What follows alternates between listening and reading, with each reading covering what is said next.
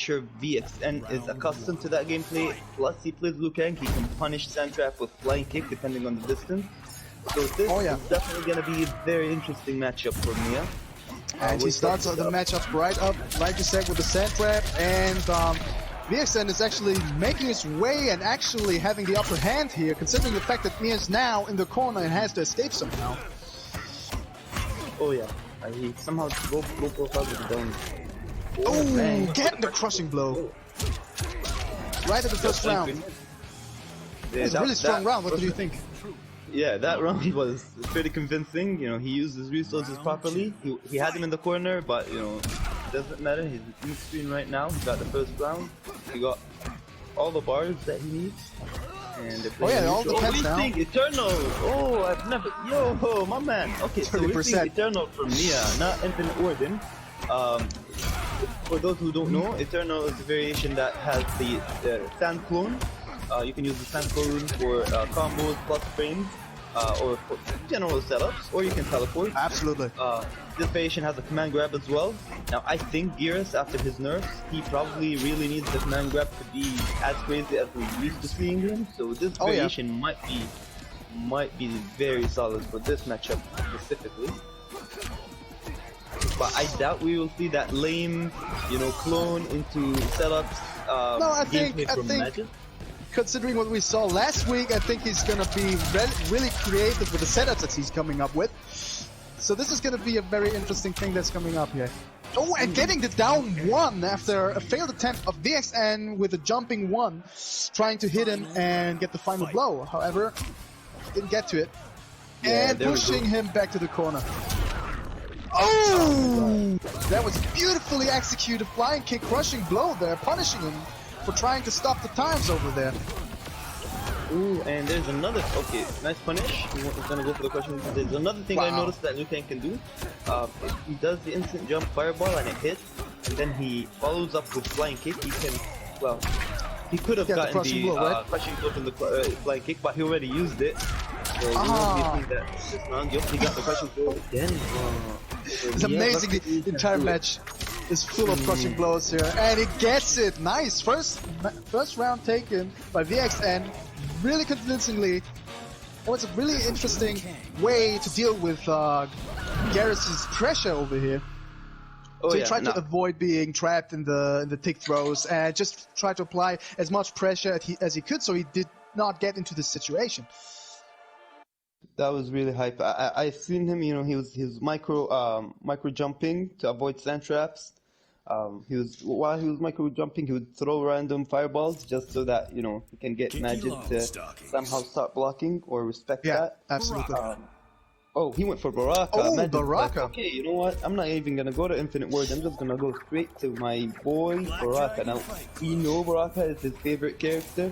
He really enjoys playing him, and he plays him in a very, very solid manner. I think he's probably one of the best players when it comes to Baraka gameplay.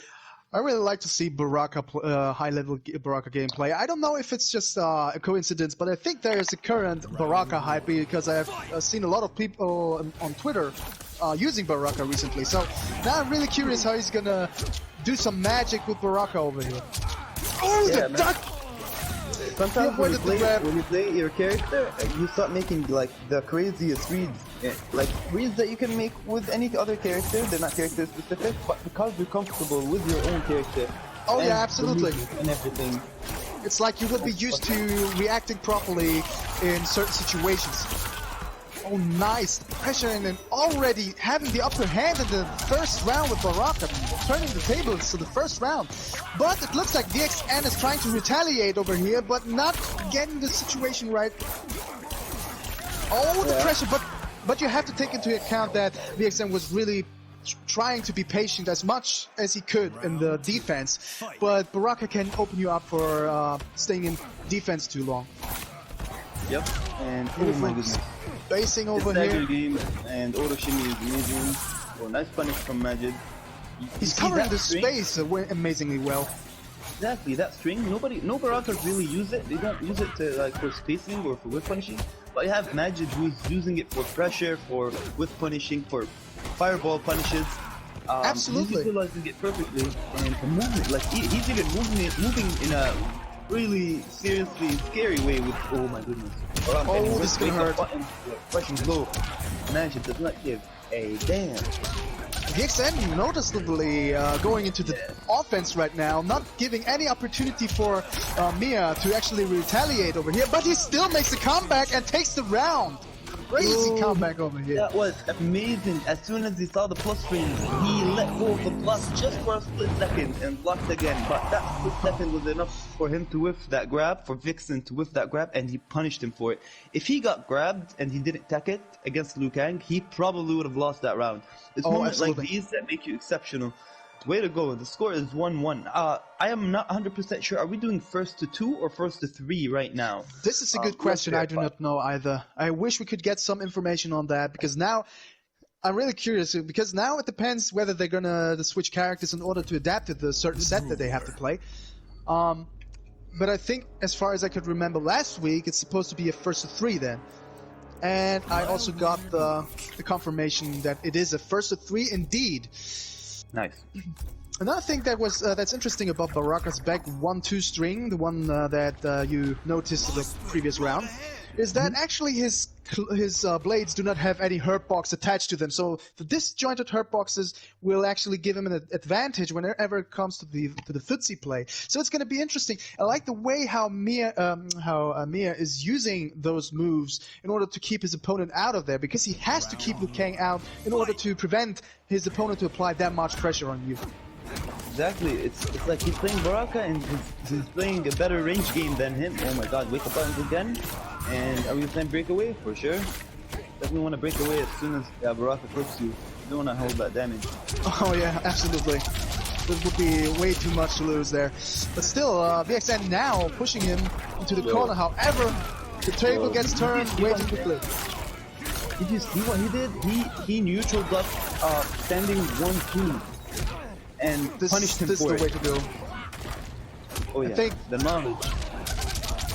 He's really familiar with the matchup, as we can see here, and giving GRsMe a really hard time over here. Using the plus frames, trying to escape, get the fatal blow out of the air.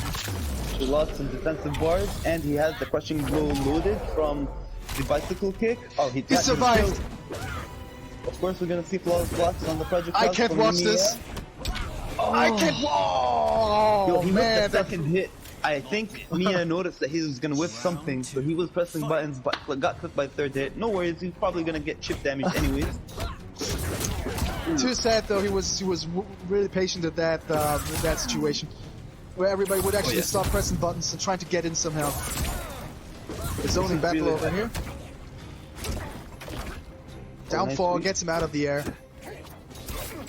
Down one, trying to stagger him somehow. But as you can see, GRsMe is trying to build some distance right now, not to get too close to Baraka, because it would get way too risky. Because he could actually take the entire match with the right crushing blow combo. And down 2. Ooh. Nice cancel. Oh, no whip punish. Forward 4, getting his way in. Precious, way too much, but GRsMe still in there. Needs to be in defense right here. One wrong button press and he might be over. Oh, the pressure on that. Doesn't have crushing blows. I think he already used it. Frame trapping probably with down 1. No, there was some punishable. Oh, this is it. This might be it. Amazingly done. He made amazing. He blocked that. I don't know if he can fuzzy it or not. I think I don't know, man. But he blocked it. Well done, Mia. He's not out of this. He's still in this. He might even take it. Cannot count him out too early. Now we really have a match going on over here, getting really intense. Oh, right here! Neutral ducking the grab. Exactly. Neutral ducking the grab and going for a huge punish. And again, you cannot grab Mia. Mia is on point with his reads right now. Really attacking pretty much everything, but I think it's because he's trying to attack everything. He is getting hit by a few strings, like here and there. Yes. Ah, he dropped it though. All right, unfortunately. Ooh, push jump kick. Oh, look at Nice this jump control over here. He's having the he's upper gonna hand hurt. right now, losing it real quick. Yep, this is really gonna hurt now. We got dot damage. Damn, Oh, he's that's dead. it, go! Oh my god. Are we gonna see a brutality? My man. Oh, that was Wow. so sick. So we're looking at 2-1 right now, am I correct? Yeah, you're right. 2-1 for Mia, having the lead right now. And that's Baraka. People are saying, oh, Baraka's no good. And meanwhile, you got think Mia over here who's like, okay, Baraka's not good if you get grabbed and you can't tech. It definitely reward depends on is how you play Baraka there. Of course, he might not be the craziest character on the roster, but Yeah. if you play him correctly, the way Mia just did, and making the right reads, not allowing his opponent to grab him like at all. I cannot recall of one single grab that actually hit him right now in that He round. couldn't be grabbed. He because of the reason he does not want to get grabbed, he got hit by a few strings that probably shouldn't have been hit by. Yes. VXM was adapting perfectly by using more forward 4 to prevent him from neutral ducking too much, so he had to adapt it to as well. That was a really interesting choice by VXN, and he was actually on point and realizing that his opponent was trying to bait his grabs in order to full combo punish him, so he had to rely a lot on his mids there. For sure. Oh, okay. So we're 2-1 right now. Is Vixen gonna take it to game 5? Nice grab. Trying to that approach poke him has there. really good. Oh, wake up he two, dropped it. unfortunately. Doesn't get the combo there. No worries. Get it up. Okay, empty jump it. Oh my my god. god. You just You can cannot. tell. You can cannot tell grab that Mia. Mia knows Vixen. Like, he knows how he plays. He knew he was gonna grab. You know, that's not Absolutely. It just, looks like he's really familiar with the timing that VXN is using to grab his opponent. So he's already ready for it. Nice option select by the jump in there. Oh, the damage on that. Beautifully That was done pretty good. by Mia. Mia having the upper hand right now, not giving VXN any opportunity to retaliate. And ducking the projectile, trying to approach him somehow, but Mia is applying pressure again and trying to keep him down, not going for it, and a beautiful punish, neutral ducking the second, the amplification of the Liu Kang's low fireball there. Yep. And you can see how sometimes on neutral, Mia's going for that down 4, and his whole gameplay can be sometimes played around that down 4. But right now he just wants to get in. He does not get it. Ooh, I don't know what that was. That was the wrong read. I think he thought he would go for the flawless block, however didn't get it. This is really tough right now. VXN is in a lot of trouble. He just needs to make the right point hit, and he did. Oh my god. Punk, this is getting really intense. Not killing him?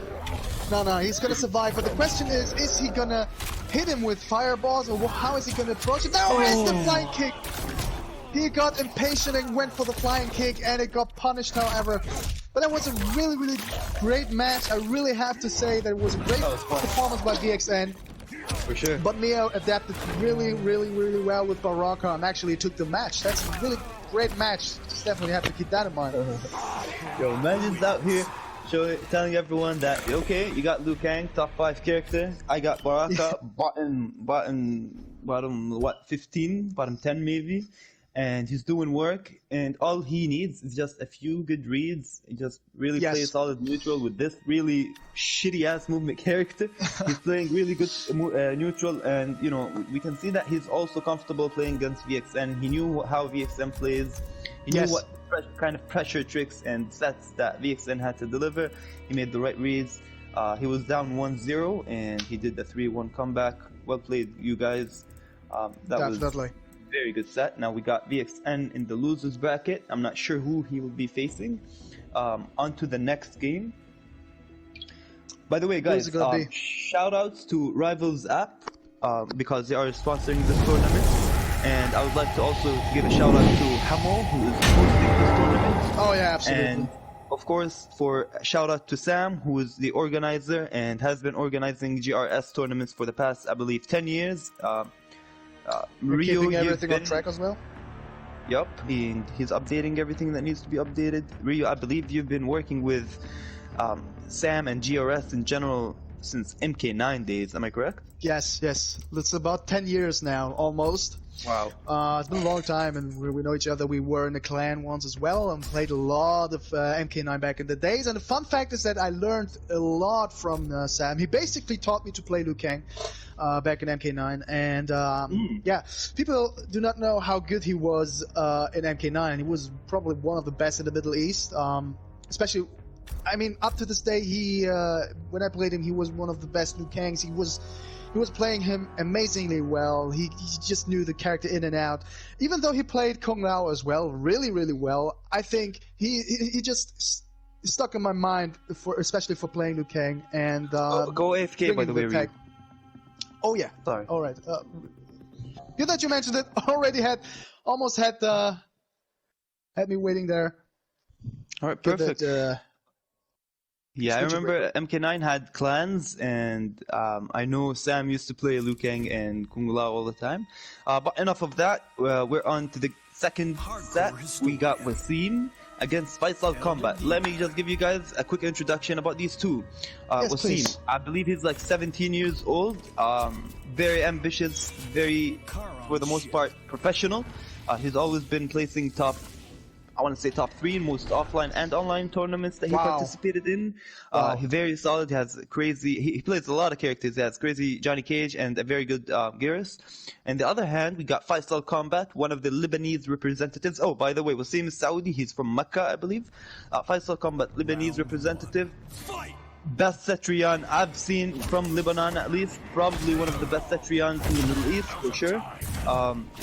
People say that GRS probably plays or counters Cetrion, so I'm thinking that's why he picked GRS against Faisal. Anyways, let's see how... Giving her a lot of trouble there. Okay, we got another Eternal variation. Ooh, nice. And another thing is you can actually push her in the corner where she's in a disadvantage. And the command grab is doing a good job there. Man, you can see Faisal's been jumping like a madman in order to prevent the low stand, so we can actually understand what is going on there, but he's doing a good job there. Taking the first round against GRS, even though he's now in a disadvantage, but he's playing the matchup really well right now. He's trying to play around the weaknesses that Cetrion has in this matchup, so... He has to anti-air, otherwise Faisal would just jump like a madman. And he jumped again, but he flipped him with a good reason. Alright, we're looking at some combos. Now, the only downside about Cetrion is that she doesn't really do a lot of damage. Yes, and we're glad that it is this way, otherwise she would be really, really strong there. Yeah, she would be too stupid. Oh, he could have went for the crushing blow. He could have ended this. He probably just didn't. His impulse didn't come out. Anyways, he clipped him. We're looking at about 24% damage, and I believe. He cannot break away because he doesn't have the defensive bars left there, and he is doing some work over here. Yep. Beautifully punished here by There we go. That's the first clone. Yo, that was so smart, but unfortunate. And we got that really, really disgusting brutality from Faisal Kombat. Well, I gotta say that's the first time that I saw that brutality happening, actually. I gotta say that was really sick here. Yeah, that's my first time seeing it as well. But to be honest, what Wasim was pulling off, or was going to pull off, with that clone into Fatal Blow, that would have been a complete shift of momentum. He probably could have done a comeback. Oh, definitely. And the problem is that it just whiffed out of nowhere. It was just a little too far away, and the vacuum cleaner didn't get him. So there was a really unfortunate situation there. But I think that he can still do it. He was about to adapt properly, and he's going for GRS again. So let's see if he's sticking to the same. We're seeing Infinite Warden. I think we're seeing Infinite Warden, unless he was clicking too fast and he didn't notice. Gauntlet of the Ages. Right? Yep. We got the Infinite Warden variation now. Let's see how it plays out. No command grabs, no more Sam clones, just pure GRS aids. Oh yeah. So basically you have to pay attention not to get hit because the damage is real big for that variation. Okay, I think he did not need to do a standing 4 or 3 or whatever that was. Ooh. Oh, but he's he is really careful not to use the third part of the string because now Hit has a flawless block gap and he doesn't want to risk getting launched over there. Exactly. And most of the time you're just gonna end up losing your turn if you do it even if the opponent blocks because it's minus what, 6 now? Oh yeah. So you really have to be careful with using the follow-up. Oh, Yo. and he put himself into a bad situation. Now being in the corner himself and a lot of damage is coming up if done correctly. Alright, throw loops. What is he gonna do? The mix? Okay, he jumps on wake up. Yeah, that's a good read. It's still his turn. Okay, good. Okay, good dash into poke. Into special move, the Cetrion special. Amazingly done. Beautiful Yeah, damage over really, there. I'm really 25%. impressed by Faisal's gameplay right now. I mean, sure he's playing Cetrion, but he's playing really solid. Oh yeah, he's just he's controlling the space the entire match right now and just not allowing Wasim to approach him. Just trying to stay away from him and applying the pressure and just zoning barely in order to not risk anything or risk too much The here. pressure, like Wasim isn't getting a turn. You know, he Yes. can't get close, and once he's getting close, you know, he has to deal with that special move, poke into special, and Totally agree. it's definitely irritating. Nice false block. Ooh, he could have anti-aired him, but timing was off. Similar to Dalsim from Street Fighter, he's just not letting his opponent approach him. He's just Nope. doing some great work here. Yo, that was so sexy. Oh my that was goodness. so nice. Good job, Faisal. Oh my god, that was really neat. Yo, Faisal This is is leveling amazing. up. He's really proving himself. That's very excellent. Absolutely, and you have to keep in mind that every time we see a grab here, it's most of the times getting whiff punished. So instead Yeah. of going for the guess, you know, normally you have to guess on which side he's going to throw you at. But what we've seen right now is everybody's trying to avoid the grabs by just making the read, neutral ducking, and going for the full combo punish. So Hey, you man, don't yeah. have to guess in that situation. That's great. Exactly, It it's takes like- so much skill to do that, to make that read and neutral duck it, because you know that you have to take a risk doing that as well. Yep, and against Gears, you know, there's always a good possibility that he'll go for the throw because Gears, you know. Absolutely. He And definitely we made see, the right read. and we have a counter pick here as it seems here right now. Wasn't going for outtake Johnny Cage here? Take in general is his main actually. So I'm a bit Oh. surprised as to why he didn't pick him against the Cetrion from the beginning. The score Maybe is 2-0 right now. Let's see if he's gonna do the reverse 3-0. And I would say that Johnny Cage is the better counter pick in that situation now, because he can actually test his zoning much better than with And GRS. I think we forgot about her teleport. Okay, there you go.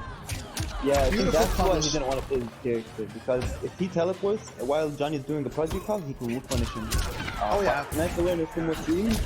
He was like excellent to know that he was gonna teleport and punish him, put him in the corner. However, he is in the corner right now. Okay, no Yes. grab for you. And Faisal doesn't care about being counterpicked here. He's still doing work and actually putting his opponent to a bad situation. He flawless block that amplification over there. But Faisal just pushing him away slowly, but still now big trouble. He probably should have went for the fatal blow. Okay, good step from Wow. Wasim. Yeah, the Johnny pressure, you know, he went for it. He could have taken the round prior to this by just going for the fatal blow on hit. But he decided to leave it and have Faisal with Kombat displace his defensive meter for breakaway. I think he just wanted to save it for the next match. So Well, good he grab has the there. fatal blow now, and he definitely gonna use it either for canceling or just to clutch Oh, out yeah. around. Okay, nice gameplay from Wasim. Extra Now, tool we know to apply Wasim pressure. plays a bit lame per se. He likes to, you know, slow down the gameplay, play on his own pace. Yeah, Zone, yeah. react to stuff. He doesn't want to go ham. He doesn't want to go YOLO. But he does have to deal with Cetrion. So being patient is not really in his best interest right now. Yep.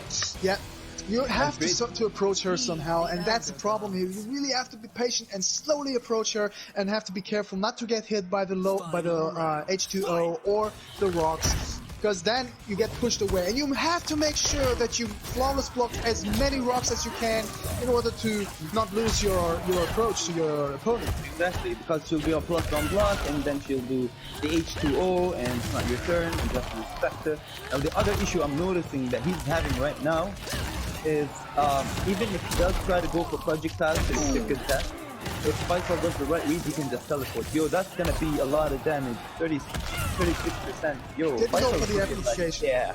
Faisal took that round like it was nothing. That was so solid. I am really impressed. I love what I saw this Yes, game. and we must not forget that he was counterpicked 3 times with GRS for the first match, and then Johnny Cage. So he just worked all around his disadvantages and actually took the match entirely. 3-0 by Faisal. I think the real question here is, can you really counterpick Cetrion? Like, can you That's a really good counterpick her? Is that, like, I think that's the question we have here. Because you see, yeah. like, a top player like Dragon, for example, who only plays Cetrion, you'd be like, okay, he only plays Cetrion in a matchup-based, like, game, right? Yeah. But he's still beating everyone. So I think that's a good indication that she doesn't necessarily have a losing matchup. She might struggle against maybe like Jades or maybe some Scorpions, but overall, if you're a good player and you did your homework, you went to practice mode, you labbed your options against the characters that give you trouble, you should be set with Cetrion. I think Faisal's got it good with his character choice. We have seen it from Mia as well, that he worked also around bad matchups and actually used Baraka in a way you would say, oh man, nobody would actually go for Baraka in that situation. But he did, and you could see that Mia won not because of his character, he won because he is a very strong player. And the same thing is what we just saw from Faisal here. He didn't care about being in a bad matchup, he just cared about... I'm sorry, Hamo, can you invite us again, Hamo? I am so sorry, I accidentally tried to move my controller and I pressed start match instead of alright. AFK. I do apologize. Okay, so it's looking like we got Aziz next. Aziz, one of my personal favorite players. Absolutely. He's a lab always monster. makes me laugh. We know that. Oh yeah, he's definitely up there when it comes to labbing stuff, figuring out matchups, figuring out what punishes what. Everybody watching, I can just recommend following him on Twitter because he posts tags that you will not find out on your own. He will show you how to punish each and every single character. He will teach you so many things, so you will get a better play by just following him. So I can just recommend 100%. it. Aziz, a very, very strong player, and as far as I know, he's able to play every single character on the cast, and this is exactly what we want to see. So he can basically, I know he's playing Aaron Black, Shang Tsung, Kitana. I mean, is there any character that he cannot play? I really doubt that. He can definitely play all characters, mostly at a casual level. However, he does main Kitana and Bullock, Kotal Khan. Those two are his main. We're definitely going to see them in tournaments. We have been seeing them in tournaments. Now he does play other characters. You might see a few like Aaron Blacks here and there with Aziz, but that's the thing about him. Aziz, I've met him since MKX days, right? And ever since then, he's always been a lab monster. He's always been learning characters. He played the whole cast. You know, he can random select. And same thing goes for Injustice 2, MK11. That's just the way he is. Now, I do think we're experiencing some difficulties, like connection problems, probably a PS4 server issue, because Aziz is not with us in the King of the Hill.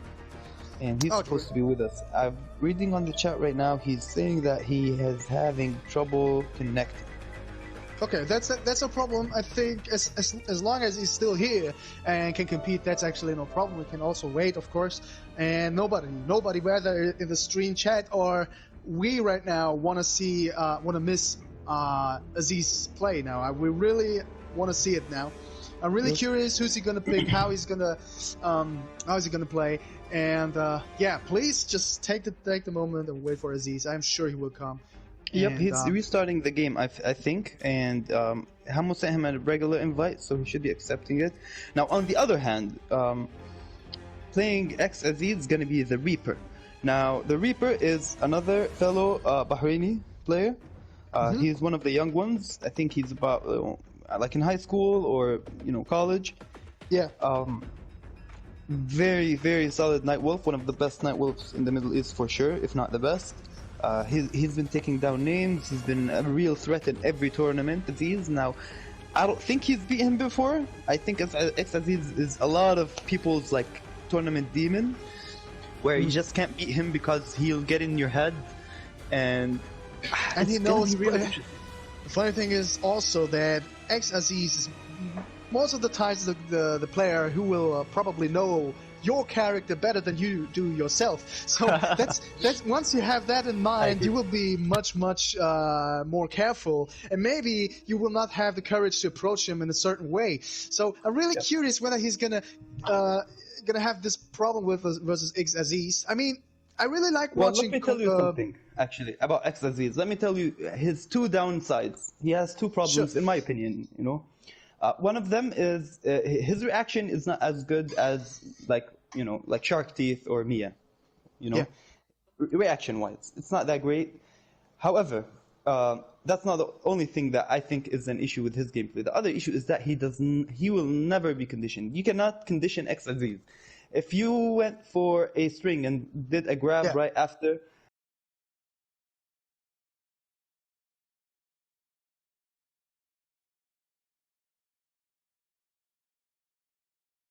As he knows that he was not conditioned a few times, and he realizes that it's gotten into your head, that's when he controls the pace of the game. This is an amazing approach. If you consider the fact that once you get hard to condition, you will be hard to be read. So the reads that you can make there are barely able to happen, and putting you in a bad situation where you have to risk something on your own, and that's where Aziz can capitalize out of, and that's exactly what I'm wondering now. Is it gonna happen? A veteran against a new blood. Let's see how it plays out. Wolfie. Night Wolf. But we also have the old man Wisdom versus the new player Experience. So let's see how this is gonna turn out.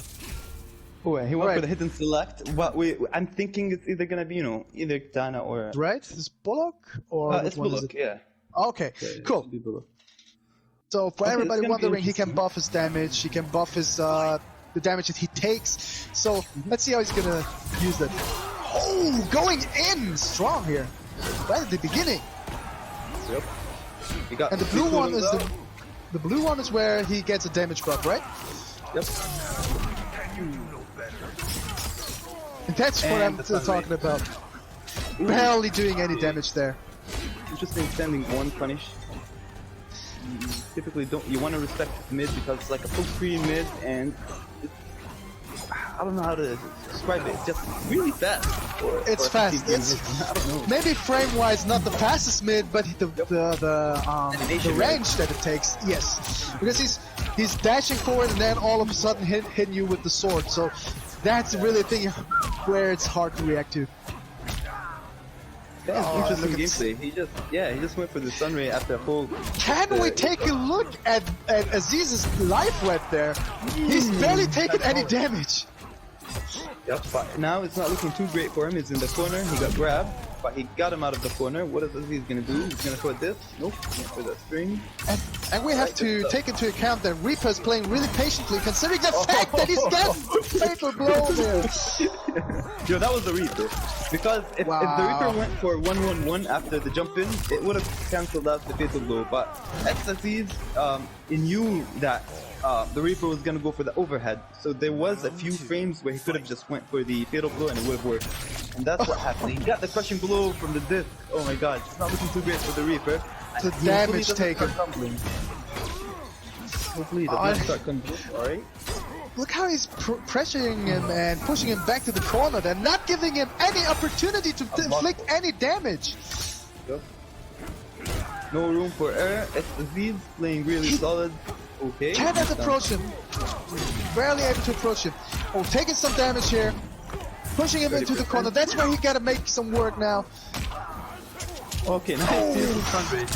You know, he's gonna go for the combo, but goodness! Never mind. Oh my god, what is Reaper gonna do? Overhead? Only a true master! Yo! Oh my goodness! He took the blow! Reaper, let's go!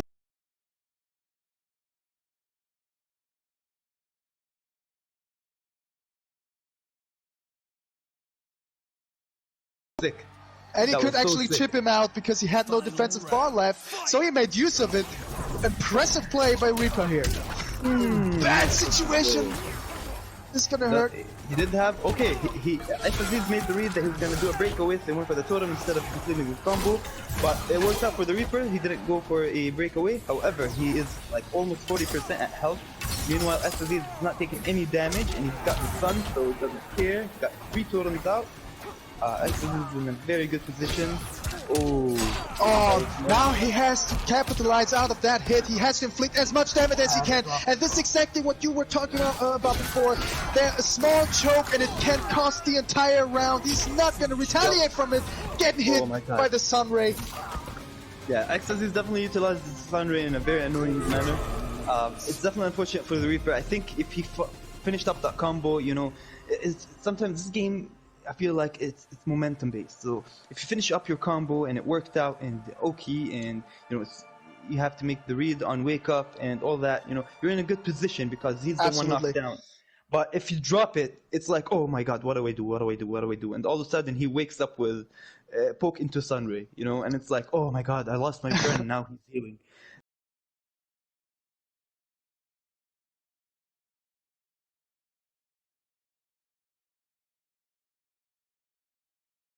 Stuff, to be honest. And I gotta say that just seeing Kotal Khan standing in that Sun Ray is applying so much mental pressure because you know that you have to do something, otherwise he would just refill his entire life bar, and that's exactly what you don't want to have, that you don't want to happen. You want to do something, and therefore he can force you to approach you, and then he can play the counter pick, the counter pokes, and just going for the anti-air whenever you try to jump in, because he will be ready for that. He knows that you're going to approach it. Like as soon as Aziz notices that you start jumping at him when he's inside the Sun Ray, he will go with that sword special move, and if it counters or punishes, you know, it has a good crushing blow. Oh yeah. Alright. Going for the pressure, going for the bow shot there. Ooh, nice overhead. Beautifully confirmed. Uppercut! Okay, oh, now he doesn't want to get hit, otherwise it's gonna hurt a lot. Okay, nice grab. But barely doing any damage. 5% damage only out of 14%. And this is also mental trouble here. 1 bar. Bullet straight. Nice grab. Wow! Another totem? Nope. This. Alright. What's gonna happen there? He's slowly approaching him. Oh, it just goes anti-air fatal blow. Getting it out of the air. Bro, he did the fatal blow before Reaper even jumped. That's how like 1 step ahead he was in that particular sequence. He was 100% sure that he's gonna go for a jump, and he actually did. Reacted perfectly, and here we go. Another disc crushing blow here. And it's so hard to approach him. Take a look at how desperate Reaper is at approaching his opponent because he can't do anything about it. Barely inflicting any damage. He's been mid. Yo, wow. Oh no, 29%. It's nice. The easiest combo in the game. And again, the Sun Ray. The game.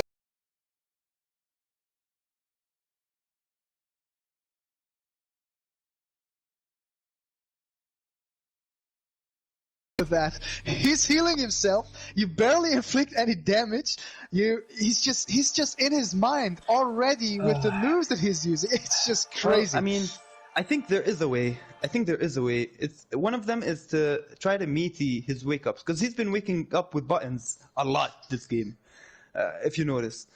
So I feel like Reaper just needs to be really, really solid and patient. So when he has the totems out, you know, you're not inflicting a lot of damage. You don't want to waste too many resources. So you might want to grab him just to waste time. You know what I mean?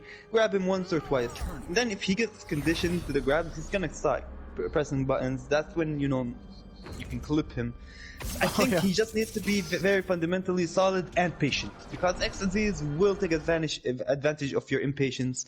You know, you get frustrated. He has the health advantage. He throws the totem and the Sun Ray. He knows you're gonna rush down, and he's ready for it. That's the problem. But in that matchup, you will be probably forced to be impaled, right? Okay, Aziz needs to block. I think Aziz was listening to our commentating, and I think Aziz was like, okay, I'm not gonna let him grab me if that's what you're thinking. And bro, he did not need to grab you. He took that round cleanly. Let's see how it plays out. Amazing. A little breath of air to escape there. He's just locking him down, applying pressure, not giving him any opportunity to retaliate, not giving him any opportunity, but he took it. Oh my god. Down 3 into 1-1-1. Down 3 anti-air. Okay, the Reaper is looking really solid right now. Oh my god. Oh my god. I need a break here. I need a break. He's went for a down 2. What the hell was that? He just went on down 2 on neutral and it worked out for him. Now we got him in the corner. He's gonna get totems out. Maybe a sun ray.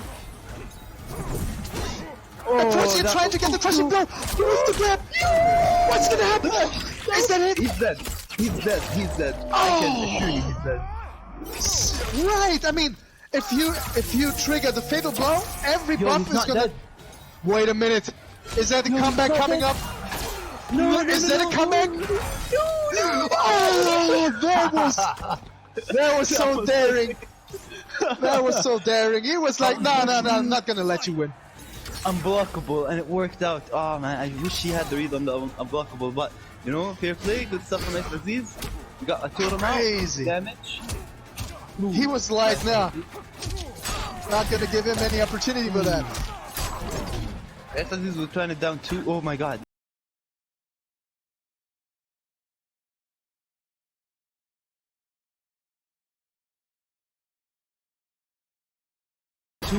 Got punished for it. Oh, that could have been an uppercut to anti-air, and he's taking the round. That's it for Reaper. He's taking one match out of Aziz. That was convincing. That was so can we talk about the download that has happened? Can we talk about that? Because we obviously see that Reaper is going much more in an offensive gameplay here, trying to push Aziz into the corner, not giving him any opportunity to summon a totem or go for the sun ray. So he's now the one applying pressure, not giving him a chance to inflict any damage and taking the upper hand, and he's the one applying the pressure. But we still have to talk about how Aziz just went for the unblockable to take the round there and survive that fatal blow, which was so crazy to see. Totem out. The totem saved him, I think, from damage. But we also noticed another thing. The Reaper was flawless blocking the discs on the pressure. And that's like Aziz's main gameplay with Bullock, so he will go for a string and throw them out. And if the Reaper starts flawless blocking, you know, Aziz doesn't really have that many options to play around. Everything else might be risky, or he might lose his turn. So I think, you know, the Reaper adapted very well, and now we get to see the main chick. Aziz's girl is on a high time. He's never put so much work into a character like this before. So, yeah, but we gotta say that probably this is gonna be a much more comfortable matchup, considering the fact that she doesn't have any totems to actually. And it's not your turn. So now the question is whether Reaper is gonna adapt to that, because now it's different, as you said, a different gameplay that he has to approach here. Okay, nice use of hope. And the space control by Aziz here, not giving him any chance to approach him. He's just having the upper hand here. He's not even afraid. Beautiful conversion. Really? Yo, no. Oh, he choked. Is he gonna take it? Is he still gonna be able to take it? Reaper! Oh, so close! Oh my god, he interrupted the shoulder, but yeah, Aziz needs to respect the shoulder because he can't be throwing sides at him. He definitely has the shoulders. It's basically like a flying kick, but it doesn't cover that much space. Ooh. Beautifully confirmed there. Not going for the follow-up of that string, which would leave him unsafe, and that's not what he wants there. Nice jump in, anti-air with punish. Pressure on that. Oh yeah, Aziz with the katana pressure. Okay, nice overhead. Amazing conversion again. He couldn't finish it. It was a bit awkward. The gravity of this game in general just made it impossible for him to finish the combo. Okay, nice down 3, interruption, overhead. Using the hit advantage. Okay, Aziz was like, I'm not dealing with that overhead anymore. He's down 2, and it worked out for him. No whiff punish, no flip guard. No anti-air. Ah, Shit's on that. Ah, that could have been he a tried whiff to punish again. block. Yo, okay. Don't count him out. He's not Grab. done yet. Is that gonna be a crushing blow? No. Yo, wake up from Aziz. No wake up. Yeah, Aziz waking up with buttons, but not muted. Oh my god. Wow! Yo, he had Reaper. It's just about 1% that's left, and here we go. The crushing blow, Reaper. 2-2. That was so hype. Aziz was he's having trouble dealing with the shoulder. He's definitely having trouble dealing with the shoulder. The Reaper is popping off right now. He just left the control and it's probably popping off somewhere in the corner and he's out. Which is totally understandable in that situation. But, Oh yeah. this is getting too intense. I tell you, it's too hard to watch right now because it's so intense. You have no idea what's gonna happen. The Reaper coming back here, but is he gonna do the comeback entirely? Is he gonna take the set, or is Aziz gonna adapt on the other way? Oh man, it's just too hard to watch here. Yo, I'm losing my breath here. This is really intense. This is definitely right now. It's probably my favorite set yeah. so far. Absolutely. It's hype. We might see a reverse 3-0. Both of them are playing their mains right now. Matoka Warrior and Highborn Kitana. They've put as much time and effort into optimizing these characters, and now they're here to show us how they're playing, show us what they can do. And this is very entertaining. Let's see how Aziz is gonna adapt to the shoulder. Let's see how it's gonna play out. It's really interesting for. Now, Reaper is playing really boldly right now, going for a lot of shoulder pushes because he knows that gives Aziz a lot of trouble. So, as you said, the question is he gonna adapt?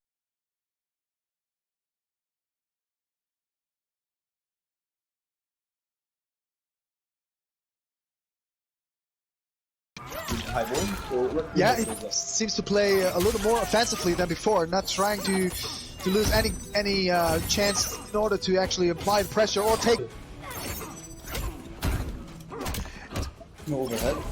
Beautifully confirmed, not going for the full string, and now we got a set point by Aziz. It all depends now on whether he's gonna get his gameplay going and melt his life away. Beautiful. Nice neutral jump, my bad. Alright, down 3. Oh, he's gonna go punish him. And he's not for his mid. Okay, another one like that. Didn't work out this time. Alright. Looking like he's coming. Down 3, taking the advantage. Oh, there was a third one coming! Yep, he backdashed after the second one. I think he could have just punished him, but tournament nerve. Ooh, okay. There's a gap after pushing him away. First hit. Okay, that didn't work out for him. Yeah, things are not looking too good for Reaper. I don't know, I think he lost his motivation. Yeah, chip damage, boys. Oh man, that was all Highborn. That was all Highborn. Absolutely. Now, you noticed something, right? He did not. He only used the Sai once, and that was after he knocked down the Reaper with his projectiles. Absolutely. So Aziz did all the adaptations on the spot. He knew exactly what needed to be done. He adapted, and his experience definitely paid off. GG's for both of them. Very hyped. That's my favorite set so far. Reaper was playing so well. He almost had it, but Aziz adapted as we expected, and he went, as you said, for less size and going for more pressure. And Reaper's life bar was just melting away, and the pressure is something that barely people can deal with. And Aziz played just amazingly well in the last match and adapted so well, just amazingly well. Oh my god, man, that was so hype. I was not ready for a hype set like that. No. I gotta say that the first set that we had between, was it me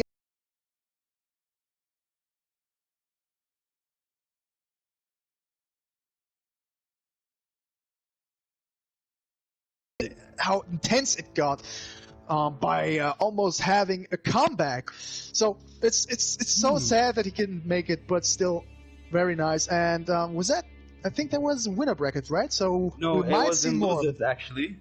Oh, they played okay. in losers. So unfortunately, we will not be seeing more of the Reaper. None of that Nightwolf gameplay anymore because he got kicked out from the tournament. He was eliminated by Aziz. Right now, it's looking like we have a player, MRXF Hoodie. I've never heard of him, nor have I ever seen him play. So he looks like he might be a Cetrion main. Yes, I'm not according sure to the combat card, that's what we can see so far. But we have also seen someone who actually, I mean, we cannot rely on the combat card solely, but that's a good indicator that it might be another Cetrion player. And we have seen Faisal using a strong Cetrion. And I'm curious, because I actually hate Cetrion, and I think I'm not the only one having this hatred towards that character. But I gotta say, that Faisal played Cetrion so well that it was actually entertaining and fun to see that character in action. Oh yeah. Okay, it's looking like Hoodie's opponent is not joining in. He might be DQ'd. Okay, no. Sam is telling us that he just needs to be invited again. So yes, it seems like his. Yeah, it seems like Ultra SS is the one playing next, right? Apparently his console seems to be crashed, so we have to take a moment and wait for him a little. No worries. But he's gonna come. According to what he said. I'm sorry. Let's take this as an opportunity to give another shout out to Rivals application, who's sponsoring this tournament. For anyone who's hopefully hoping to start hosting tournaments and wants an application to run tournaments by. Oh yeah. I'm not sure how it runs so far. I haven't personally tried Rivals app yet. Definitely check it out. They're doing some work, and they're working on it. And I mean, I'm always down to be organizing tournaments through applications rather than websites. I don't mind challenge, but for me, like Smash GG, it just has a lot of issues when it comes to a website. They don't have an application. So definitely check out Rivals app if you're interested in a solid application that might help smooth out any tournament organizations. Oh yeah, of course, it definitely helps. Another shout out to Hammo and Sam for hosting and organizing this lovely weekly. They're doing a great job. Week in, week out. We got, I believe, about 30 players that participated this week. That's a fairly good number for the Middle East. Hopefully we'll see even more.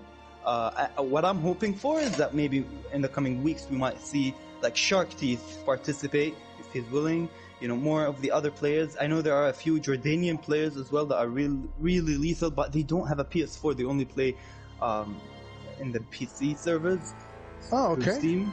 So they don't participate in these tournaments, but I know they have a lot of talent that they can showcase. Hopefully one day we can see that. That would be great. We definitely want to see competition. And we must not forget that we actually are on the verge of getting crossplay. So it's just a matter of time until we have the opportunity to see those players joining in those this tournament as well very soon. All right. So we got Ultra 2012 against Hoodie. We got Baraka from Hoodie, I think, and Sub-Zero from Ultra. So it's gonna be a high damage set. We're gonna see a lot of mix-ups from Sub-Zero, definitely a lot of damage, and poking game from Baraka. So we have some Avalanche gameplay over here. So I really love watching that variation, especially when it comes to the traps, setting the traps. It's always a fun thing to see because there's so much mind games involved when it comes to setting the traps properly and outplaying your opponent or condition him into running into the traps. And that's exactly what you want to do when you play Avalanche Sub-Zero. I think we might see a lot of trap into slide as well. Avalanche players love that stuff. Alright. Beautiful start there, still playing in the neutral game, not approaching too aggressively here. Oh, going for the overhead. Oh, he waited. He waited. If he did it a second too early, it would have. Okay, he went for the crushing blow from the go. I don't know if that was the smartest choice, but well, we take 3 damage. Oh, that's the third slide that he's been pushed by, and another overhead. So each hit could actually mean the end for those for Hoodie here, because he's got the crushing blow loaded and has just barely any life left. But can he make the comeback? It's really close because he himself just needs 1 hit. Just needs 1 hit with Baraka. Oh my god, next step. Oh my god. Oh, that's it. No! Oh, okay. I think Hoodie doesn't have his crushing blow. He has it on, they leave off. Oh, yeah, that's a problem. It's gonna do the crushing blow. Yeah, it's probably all So it's gonna not do the manually triggered. So it's not manually triggered there. Damn it. That's not, of course, a huge waste when it comes to 1% that you could inflict by just going for the regular slide amplification. Okay, Hey! There you Nice. go. It's the R-second slide. He went for the overhead. Alright, chop Wow. chop. He went for the breakaway. I'm not sure if that was the right decision. Okay, big sweep. Okay, O2 shimmy, and then he went for the grab. From the corner, you do not want to be in the corner against this character.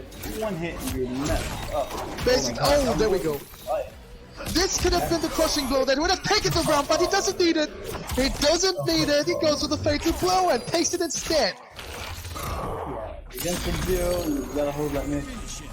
And you got Wow. by the low. I think that's the first time he went for the low string on neutral. And it pays off. 1-0 for, I believe, Ultra, correct? Yep. Amazingly done. That was a great round. I like the way how Ultra was playing the footsie game here. He whiff punished his opponent a lot of times with forward 2, and I know there are a lot of people hating on Sub-Zero because of the mix that he has there, which is understandable. But we gotta say that he wasn't relying on his mix alone. He was relying on his perfect spacing here, and now playing his opponent by just beautifully done by Ultra. And now we see Hoodie going for Baraka again, and I wonder, is he gonna adapt now, or is he gonna be in like defensive? The only adaptation he needs to make at this point, aside from hopefully blocking the mix-ups, the only adaptation he might need to do is actually block the slides. He's been hit by every slide last game. He has not blocked any slides, so he needs to block that, because otherwise, if Sub-Zero players just keep sliding at you and it works, and he has got a crushing blow after the third one, you know, it's not good for you. Of course, we have to take into consideration that getting hit by the overhead will condition you to block high, and therefore will leave you vulnerable to lows. Especially, that was accidental. I can tell. He wanted to block it. He was blocking the low, but you know, that's the thing with MT11. Yeah, and I hope they change the input for the breakaway, because that's something that you really don't want to happen. Accidental breakaways, losing the entire defensive bars. But Hoodie is taking the life lead here. Oh, down 4 into slide. Ultra really likes that. Down 4 into slide, and it's working out the first time it worked. Alright, that's overhead. Oh, the range on that low. Impressive there. He's safe. Oh, he just went for the slide right after. He does not care. Yeah, Hoodie needs to block that slide. He needs to anticipate it. But that's the thing, when he tries to block it, Ultra is just dashing forward and going for the overhead. So yes, it's a mix-up for him in the neutral even. You need good This is something you really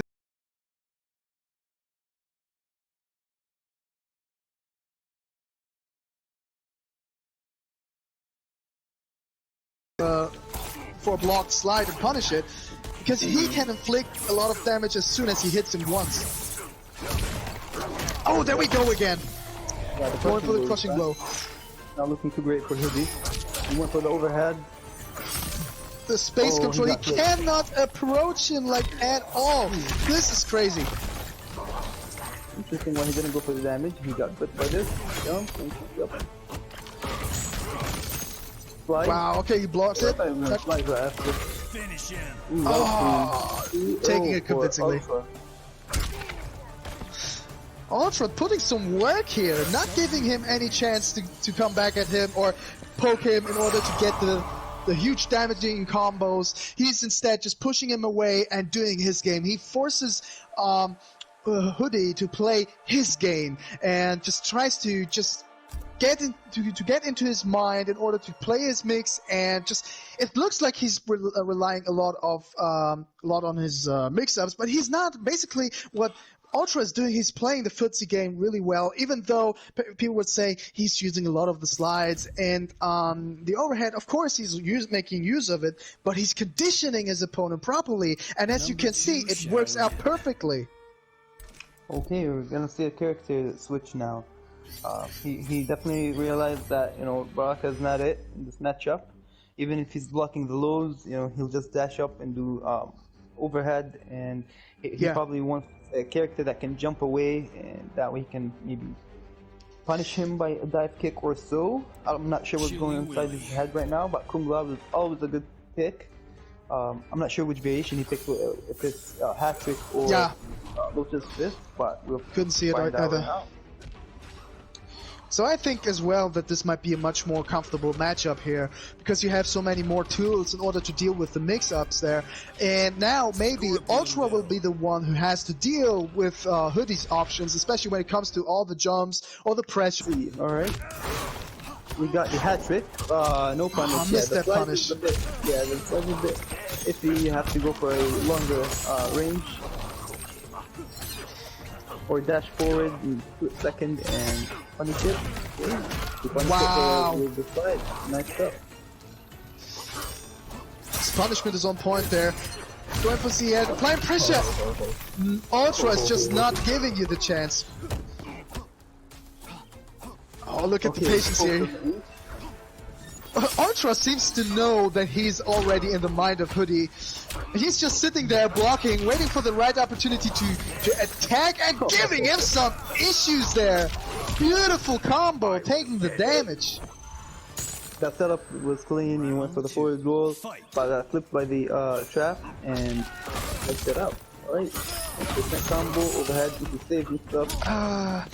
That looks really grim. That looks really grim for Hoodie right here. Okay, oh, he got that was a mistake. He was blocking down and he went for the forward one, but spin came out. Definitely unfortunate. Okay, nice anti-air. Okay. Beautiful poking there, trying to go in there, but it's looking too grim. Just Ultra, the way that he has the upper hand in this match right now. Oh, making the right read. Oh my goodness. Catching him out of the teleport. That's really problematic. Yep, That's GG. it. Ultra just taking it. That was really clean gameplay. He punished his forward 1-3 string every time with the slide. We were ready for it. We didn't see a lot of setups with the hat from Hoodie. Definitely unfortunate. I think he just got in his head with all the slides and all the frustration. GG's to both of them though. Hopefully we'll see more of Hoodie next week. As for right now, it's 3-0 for Ultra. Let's leave this cost. And I believe up next we have Wasim versus X Aziz. This is gonna be hype. Okay. This is a matchup that we all have been longing for. Okay, this is gonna be really interesting. And as far as I can tell, it is the loser bracket, right? So it all depends who's gonna be eliminated or who's gonna proceed into the next bracket. Oh yeah.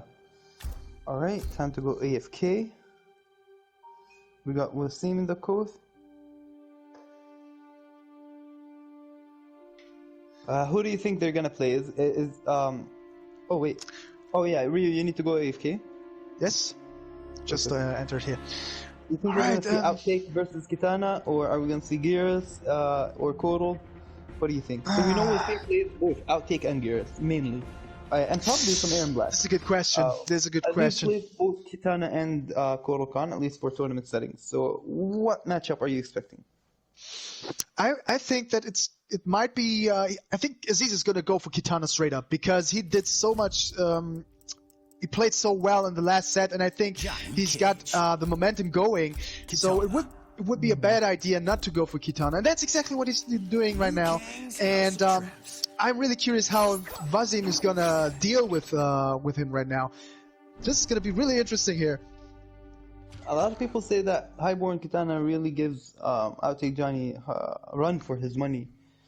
Yeah, I think it is actually the case because now it's really hard to approach her because her low pokes are pretty good to keep him out, especially if you try to go in with 4-3 or 4-4, and especially the pressure that she can apply on his opponent is also really nasty. And here we go. He doesn't have him. Just to let you know, Mia Majid on the chat said that Wasim knows the matchup really well. So he's not going to be flipped by all the gimmicks. He knows what to do, so let's see how this plays out. Ooh, he can't finish it. And already loving the way Wazim plays the footsie game here, playing patiently, staying in defense, not allowing Wazim to keep his game going. Now he's taking the offense. Beautiful read. Down 2 goals. Wow, wake up buttons into lounge. Dropped it though. To grab, pushing him They're away. equal in health. They're pretty much equal on health. That's just a perfect neutral game here.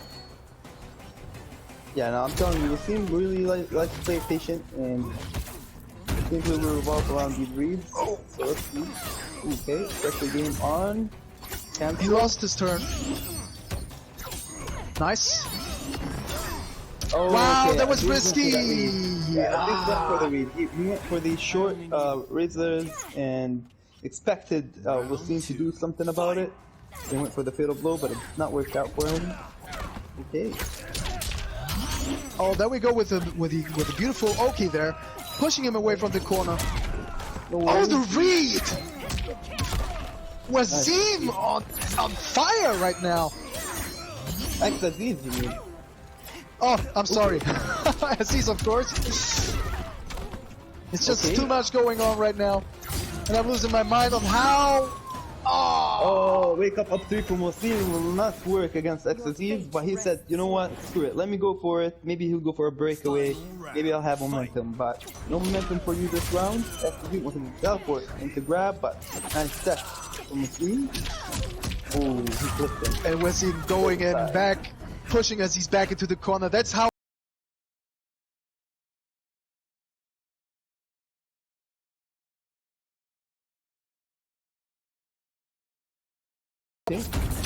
Oh my god, Ooh, nice. Close block. give me a break, that was beautiful.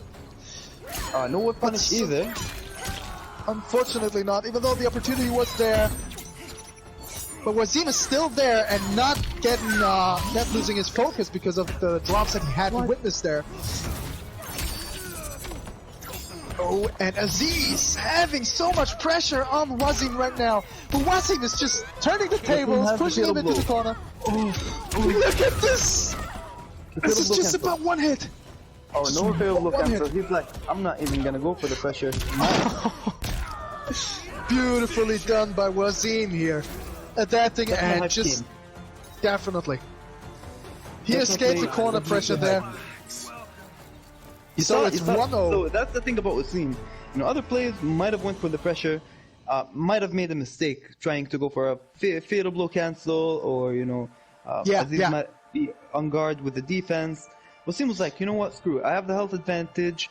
I'm just gonna backdash and throw projectiles at him and wait for him to do a mistake. Like wait for him to do a YOLO teleport. Wait for him to maybe use the interactable like he did right now. That was smart. After the interactable, he just grabbed him and he got the game.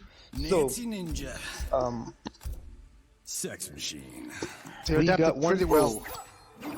From Wasim. I think if these can make the adaptations, can win the second game. As we learned during the last set of Aziz, we know that he's able to come back pretty well. So I think that he's going to change the way he plays again, the way he did versus Reaper. And now, I'm really curious how this is going to turn out now, since Wazim is having the lead here right now. Oh yeah. Now, we also saw a down 4 into glowing kick from Wasim. Which is not actually legit, and it's really punishable. So I wonder if we're gonna see that more often. I think in this game, you just have to take a risk sometimes. I know sometimes it's really. But he has Rising Star, you know, like you probably want to go with Rising Star instead. But he went for the glow kick just to keep Aziz away, and now we're just getting that lame projectile gameplay, which is legit. You know, that's how the game was played also. Yeah. So I know that not everybody is a fan of zoning, but in this case, you have to do what you gotta do in order to win. There's a lot on the line right now. Beautiful use of the interactable right there, pushing Aziz away and trying to keep the space. He's just trying to control the space as much as he can, not giving Aziz the chance to get too close and get his game going. Beautiful patience by Wazim right here. Most Johnny Cage players would have tried to approach instead of going for the zoning game, but Wazim is like, no, keep on going with your projectiles. I got one on my own. Yeah, he's winning the trade. Okay, Aziz is... Okay, no, Aziz is winning the trade right now. Oh, good block. And especially that the was punish actually a after good that. kick, but get a punish. Look at the way his life is melting away. Glad that he could come out of there and inflict some damage on his own. But Aziz is really strong right now. What? Give me a break! Give me a break. That was beautiful. Blow. Oh my god, Wazim. He should have gotten the crushing blow from the nut punch, but he didn't get it. He mistimed it probably. And then he went for the cancel and he messed that up as well. Aziz blocked it but did not punish. Now they're back at zoning. Wazim, oh my god, wow. Goal kick. Nice use of it. Oh, beautifully played. I think Aziz tried to down to him, but nope, not gonna work this time. 2-0 for Wazim. Not looking great for Aziz, man.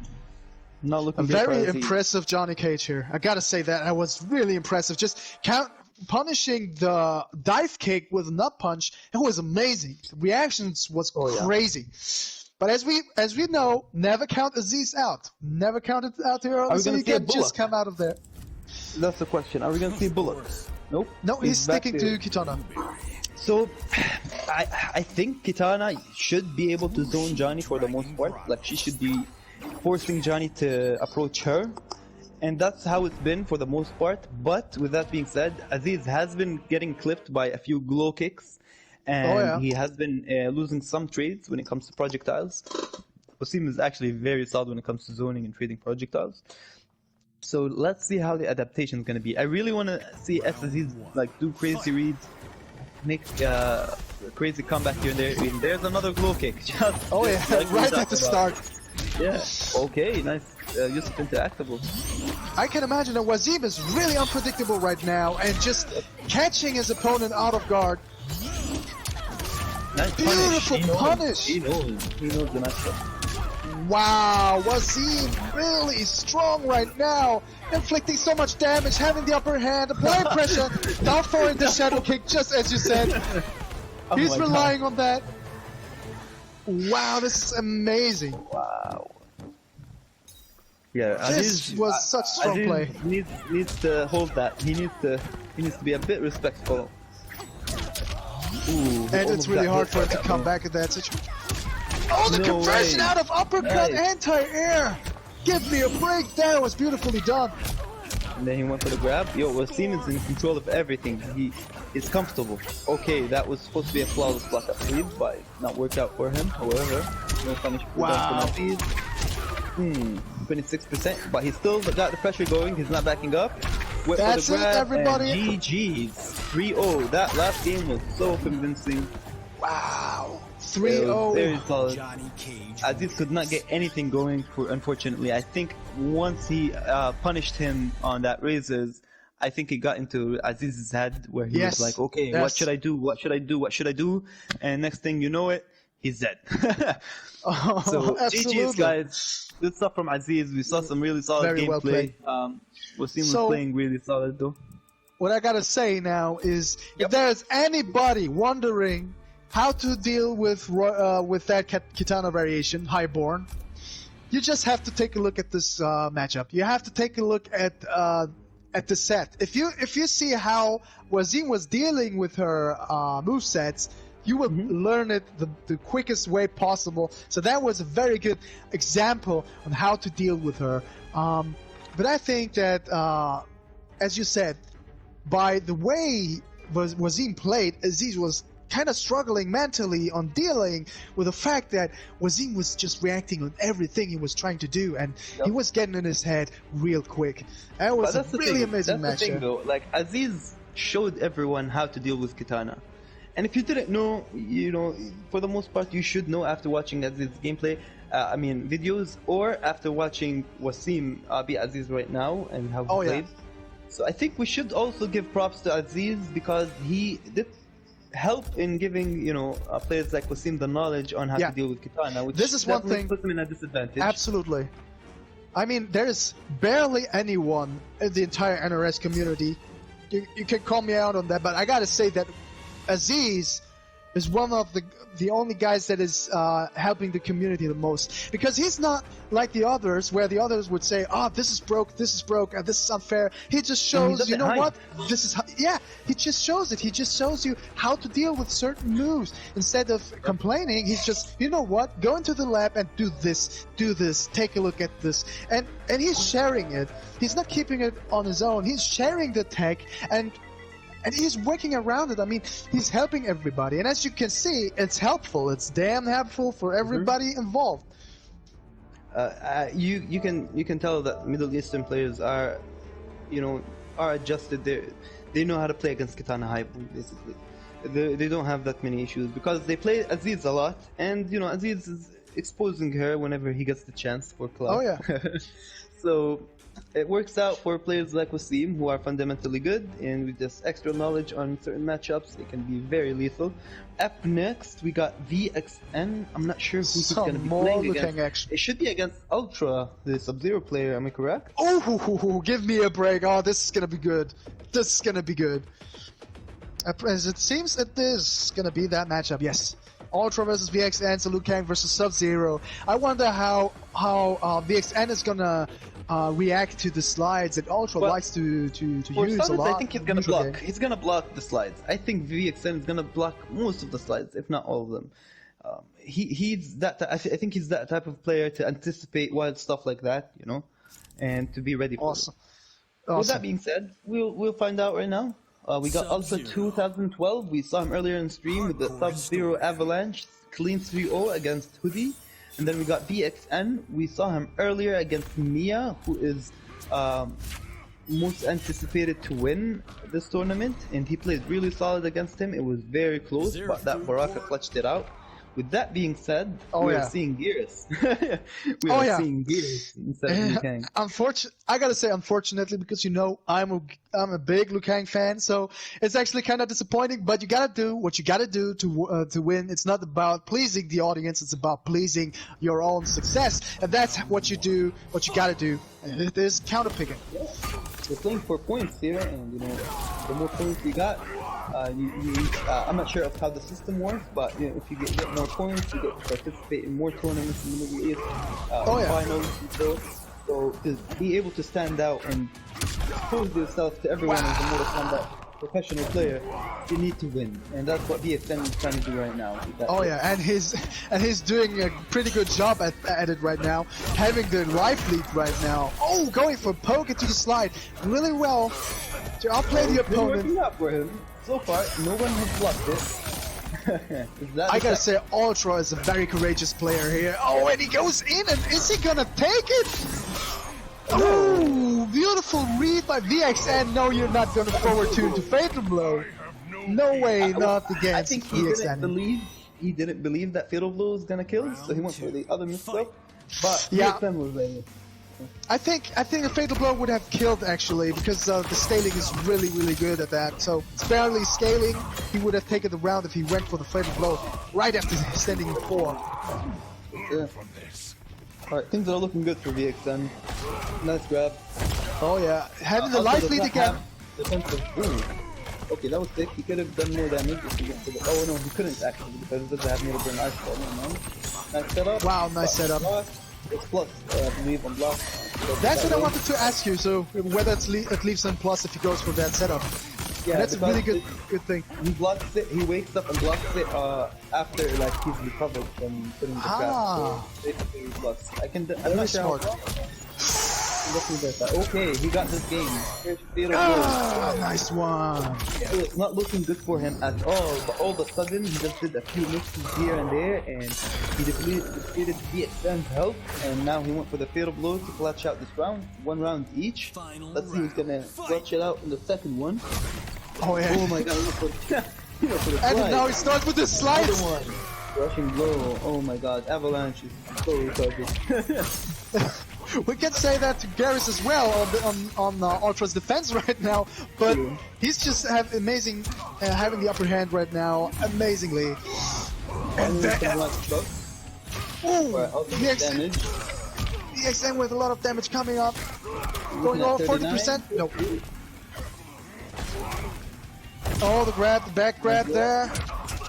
Okay. This is it. That's it. He cannot get away. Oh, no, me. Oh, yes, no. But he doesn't This even could have have been physical. Oh no, he does. Hang on. Okay, nice cancel. That's it. No, it's not gonna kill. Let's see what Ultra's gonna. Oh my god, he went for the down. No gimmicks! No gimmicks this time, my VXN. friend. VXN clutches it out. Good block. Wow, VXN really patiently right now. He's like, no, you're not gonna hit me with that again. Wow. But you saw his gears pick, you saw what it did, right? It forced Ultra to be up close to him. Yes. Or in a certain range where Gears can actually play. Because he can't be all full screen throwing out ice balls, taking out Arctic Trap. He'll get punished for it by Sand Trap all the time. With that being said, he does have the slide and he was hoping that it will help him just clutch out this game. It worked out for him. First round, it worked out for him with a crushing blow, but VXN did all the right adjustments and he just won. And we saw the Ultra switch the variation right now. He loves his slides. You know, the man loves to do slides. He went for the other variation that has slides. He might want to make use of his air projectile, which could be a big help because now you can outzone GRS without worrying too much about low sand, because you're going to be in the air and you're not going to be hit anyways. So let's see if he's going to make use of the air axe or whether he's going to go for the mix-ups just as usual. He wasn't able to use his Arctic Trap. So I bet he was like, okay, the Arctic Trap is useless, might as well just go with Thin Ice, and if I jump he goes for the Sand Trap, I can just throw a projectile at him. Oh yeah, and everything works out. So let's see how it plays out this time. I think the slide should have punished it on that distance. Alright, nice jumping. Okay, awesome. Beautiful damage.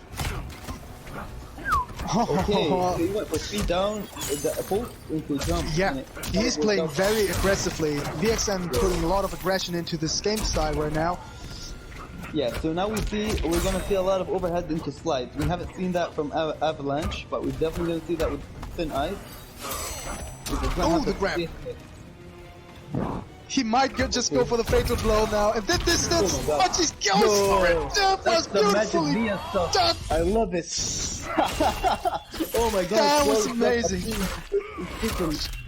Punk, please give me a break there. He just went for flawless block lounge and fatal blow. Am I dreaming, or did that really happen? No, that's the magic epidemic. There's the coronavirus pandemic, and then there's the magic pandemic, where you flawless blow. When you're low on health, you flawless block up 2 into fatal blow, and you win that round. That's how you pull it off. That's the new virus. Wow. Heroes was up 2 for the win. That was so hype. Okay, I think Vixen, he's building a lot of momentum. It's really hard to just... I think he's already sitting in Ultra's mind for having that comeback. It's really hard to come back from that. Look at this! Now he's got you're not the only one who can do a down 4 into special. Exactly! He's going exactly for that. I'm not sure what VXN was trying to go for. Okay. Staggering the mix-up. He doesn't want to commit because he doesn't have a lot of health, so he doesn't want to die too early. Okay, probably should have fleshed that out, but... Okay, down 4 into slide is not gonna work, my man. Not against this man over here. VXN is like... Another jump? Okay, I believe I can fly, but not today. He went for the overhead fatal blow because why the hell not? He's almost dead. Why the hell not go for overhead fatal blow? Might that kill? Is that gonna kill? No, it's not gonna kill. He needs to chip him out. Okay, that is not gonna be enough, my man. Unfortunately. Oh! GG. He was just 2-0. He was one anti-air away from taking the round, but he failed the attempt, unfortunately. If he tried to down 2, it probably would have worked. I think overall, like aside from the down 4 into slide, Ultra was playing really solid, you know. Oh yeah, It's just, absolutely. you know, that down 4 into slide is definitely something you don't want to do against VXN. You know, he definitely needs to keep that in mind because he's down 2-0 right now. It's not like he's playing bad. It's not like he's not winning rounds. He almost won that round, and the game before it was round apiece, and it was very close. So he's really, you know, tailing him. But he just needs to be a bit more safe. Now we saw how he was trying to not commit with the overheads and the lows. But he's not really cashing out with damage. He's going for reset after reset after reset because he just likes to play that way with Sub-Zero, especially if VXN has breakaway bars, like if he has defensive bars for breakaway. You notice that Ultra is not going for any combo that allows him to break away, which I personally do not agree with, because you definitely want him to lose his defensive bars, especially Gears defensive bars, and then mix them up. You know? True. That would be actually the right decision. So he goes for the same variation again. That was so sick from VXN. He blocked the projectile for the up through, hoping to flip him out, but it was a bit too far, sadly. Okay, we're finally seeing the air projectile. As we can see, Ultra going more for offensive gameplay right now. And I think he now has to make the adaptation and try not to use too many pokes into special, as that actually grilled him in the last match. So you want to make sure not to go ham with it. Down 4, okay, no slides. Now he goes for the hit advantage right now and tries to frame trap his opponent. Playing much more safe now. Oh, that's it. I'm noticing how VXN is doing the poke and then jumping right after, and it's been working out for him. Okay, he does not care. My man Ultra, keep going for that slide, bro. If you think it's gonna work, just keep going for it, man. Don't listen to it. And it does a pretty good job right now, so he shouldn't just forget about it. He went for down 2. Oh, we know that Ultra is not accustomed to flawless blocking stuff, because he's not flawless blocking any of the gaps that Gears has. Okay, that was unfortunate. Nice neutral jump from VXN. Okay, definitely another one. Oh, mixed up. Wow, a lot of damage. This looks really good for VXN. He's on set point and he's already having the life lead, applying a lot of pressure, taking damage, hit after hit. Very solid, very, very solid. Oh my god, overhead into low, so fast, crushing blow. He's still in this. He's just one fatal blow away. Oh my god. I was just telling you. Oh my god. You were reading you could see the future right there. Yeah, I read his mind, but it's not gonna kill. Maybe he's gonna go for... Yo, it was either an input error or VXN was going for a 7th sense read, like 9,000 IQ read. You know what I mean? He probably knew when he was gonna jump. He wanted to clip in the air and meter burn it and clutch it out with style, but unfortunately it didn't work out for him. Hopefully he doesn't lose this game though. Ultra seeming to come back from this. How's he gonna do it? Ooh! Okay, he's been getting missed by that and it's been working out. He needs to plug it. Right, -6, I believe. Ooh, that might be it. He can inflict so much damage if done properly. Breaking away. Okay, any combo from GRS now might kill. Okay, staggers didn't work. Ultra playing really patiently here. Fatal blow, be careful. Vacuum cleaner. Okay, no mix up this time. I was expecting it blocking below. Oh my god, he could have punished it. Oh my, alright. I can't take it. Okay. I don't know why he did it twice in a row. He really does not need to. If anything, he should have went for overhead into slide and said fuck it. But GG's VXN, well deserved. Good choice in picking Gears. You know, he definitely got into his head. Absolutely. Well good stuff from Ultra. You know, keep it up, man. Maybe minimize the usage of slides, but overall, you're really amazing, bro. You can definitely compete, and hopefully we'll see you next week. I think that Ultra actually, I wouldn't say he did too many of the down 4 into slide. I mean, most of them actually hit the opponent. So maybe the second match. Not working, because they weren't working, he was a bit overwhelmed. Because he relies on them. He relies on the crushing blow. He relies on opening up the opponent that way. and VXN was just ready for it, so he needed to switch it up, and he didn't switch it up in a manner that really helped him deal with that Yeah, gear. good point. Good point. But still, in the previous set, before I forgot who he played with again, in the previous set he was actually doing pretty good job with down four to slide. However, as you said, as soon as his opponent adapted and actually blocked him, he was in big trouble because he seemed like he was having trouble working around that and trying to use something else instead. At the last round of the last match that we saw, he was actually trying to rely much more on the hit advantage that you would get from down four instead of going for the slide, but it didn't really help him as much as it should, and unfortunately he couldn't take it, but played amazingly well, and as you said, well done, and hopefully we see him next week again. For sure. No, we can't discredit VXN. He plays phenomenally. You know, he was doing a lot of good stuff. Now, with all that being said, right now it's probably my favorite match of the day for now. We got Mia against Faisal Kombat. This is gonna be so hype. Now, let me tell you a quick story.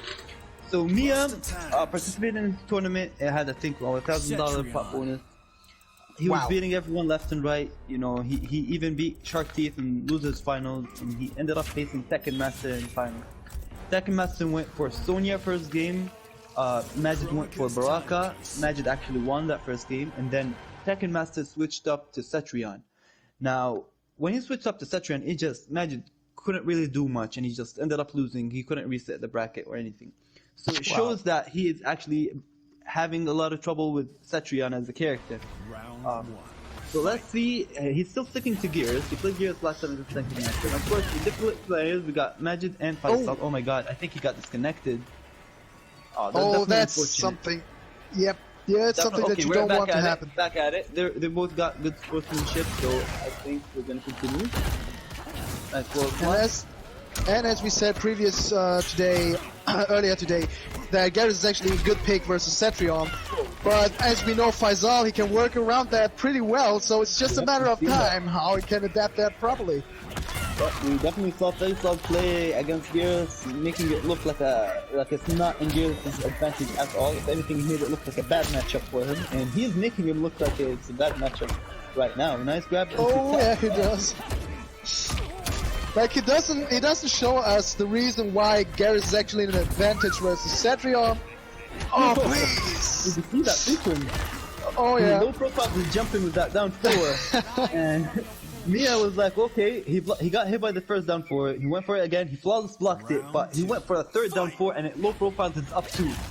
Wow! And this was just crazy. That was some kung fu movie right here. For sure. Alright, and okay, he's not gonna get punished. Oh yes he is. Faisal is ready for everything. Okay, nice staggers and nice use of that hook. Wow. And Mia just trying to chase Faisal down and now keeping him in the corner. Faisal coming out over and over again. Oh my god. Yo, Faisal is playing out of his mind right now. Did he get the controller to like Dragon, or what is going on? But he is abusing like down four. Yeah, he's definitely abusing that down four. Man, that's tech. That's how you play against gears. You do the down four and then backdash, and you can't really do much. Maybe but still, you can get a lot of damage there. Yep. Oh, he's trying to build distance again. You gotta be careful. Low Sand can take it now. No, he did it. He missed it. Oh, he goes for the fatal blow. Good call from Majid. He went for the fatal blow. He's like, I'm not gonna deal with this BS. I'm just gonna go for the vacuum. It worked out for him. Yes, especially avoiding. He could have won without using it if he only punished that H2O. But unfortunately, it didn't work. Not everything worked out. Doesn't work out well. But still, he was like preventing him from moving around too much and just went from to a fatal blow quickly. And now he seems to be in jail. Punished. He was ready for it. Beautifully done. Wow. Punk, how much damage is that going to be?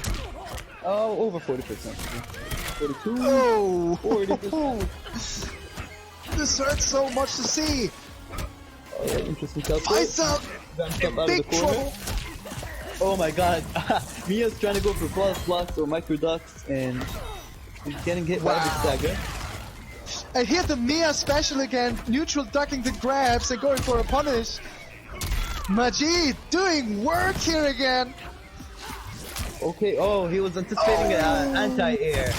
That was nice from... Oh, okay, Majid's proving a point. He's like, none of that Cetrion BS, none of that down 4 BS. I'm ready for everything. Bring it on. Here's the brutality for the crowd, for everyone in the chat. 1-0. Good stuff from Majid. He's showing us that he's as lethal as ever. Majid MEA, aka Brock Lesnar. Good stuff from both though. Faisal was really dominant that one round. Like it looked like he was really comfortable, you know, when it came to like the spacing of things. But once GRS was in and got the whole like jumping and his pressure going, it wasn't looking too great for Faisal. However, hardcore historian. Is he gonna stick to Cetrion? Oh, or is he gonna switch it up and pick Sindel? That's a good question. I'm not sure. I would like to see some more of Sindel. It's a very interesting character, so might be a good choice versus GRS if you ask me. But the question is, no, he sticks to Cetrion instead. Maybe he's gonna try one more time and then go for Sindel. We don't know if that's what he has in mind right now, or he has something that he has to try out, or probably something that he might use against Majid right now. I don't know. Like Sindel, you know, she's not that great up close. But he probably has something else in mind that might have worked out for him. Okay, he went for that string. Imagine Mia with the pressure overhead, that block. He didn't see a micro duck into strings this time. Mia's being respectful. Nice block. I think if he doesn't meter burn it, Mia can probably punish it with sand trap. Oh, okay. That was wait a minute. Puzzle. Yo, that was so fast, but that puzzle was so fast. It looked like that he looked was like sand blocking. Exactly. I thought like, okay, since when is that a mid? That was a hotfix or something. Really. Wow. Mia still got his momentum going. He's going for that 40% damage. Okay, reset. Alright. And he's trying to buff his fist in order to inflict much more damage. Wow, look at the pressure right here. And this is why you gotta love a 6-frame down 1 over here. Wow, he's making use of down 1 even to kill the opponent.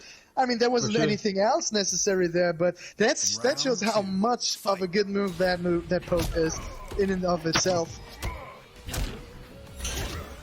Okay. Now trying to charge his fist again. No, he wasn't trying to charge. I'm pretty sure he was trying to go for a flawless block up 2. But he got that misclick, yeah. Alright, you definitely need to meter burn it. If he doesn't meter burn it, he can punish it with the sand trap. They're both respecting each other. They both have that similar game plan in a sense. Okay, he couldn't clip him even though he think he almost spread that roll. Okay, interesting micro duck into string.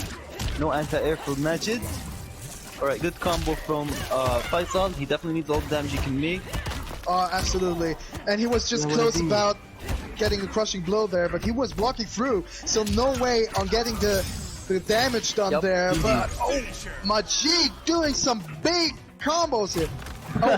Majid's like, yep, deal with my poke now. Deal with my poke, because Majid was having some trouble dealing with Faisal's pokes because Faisal was taking advantage of that down 4, right? So this game, Majid was making sure that Faisal was the one struggling from all the pokes, and now he's flexing on him after the fatality.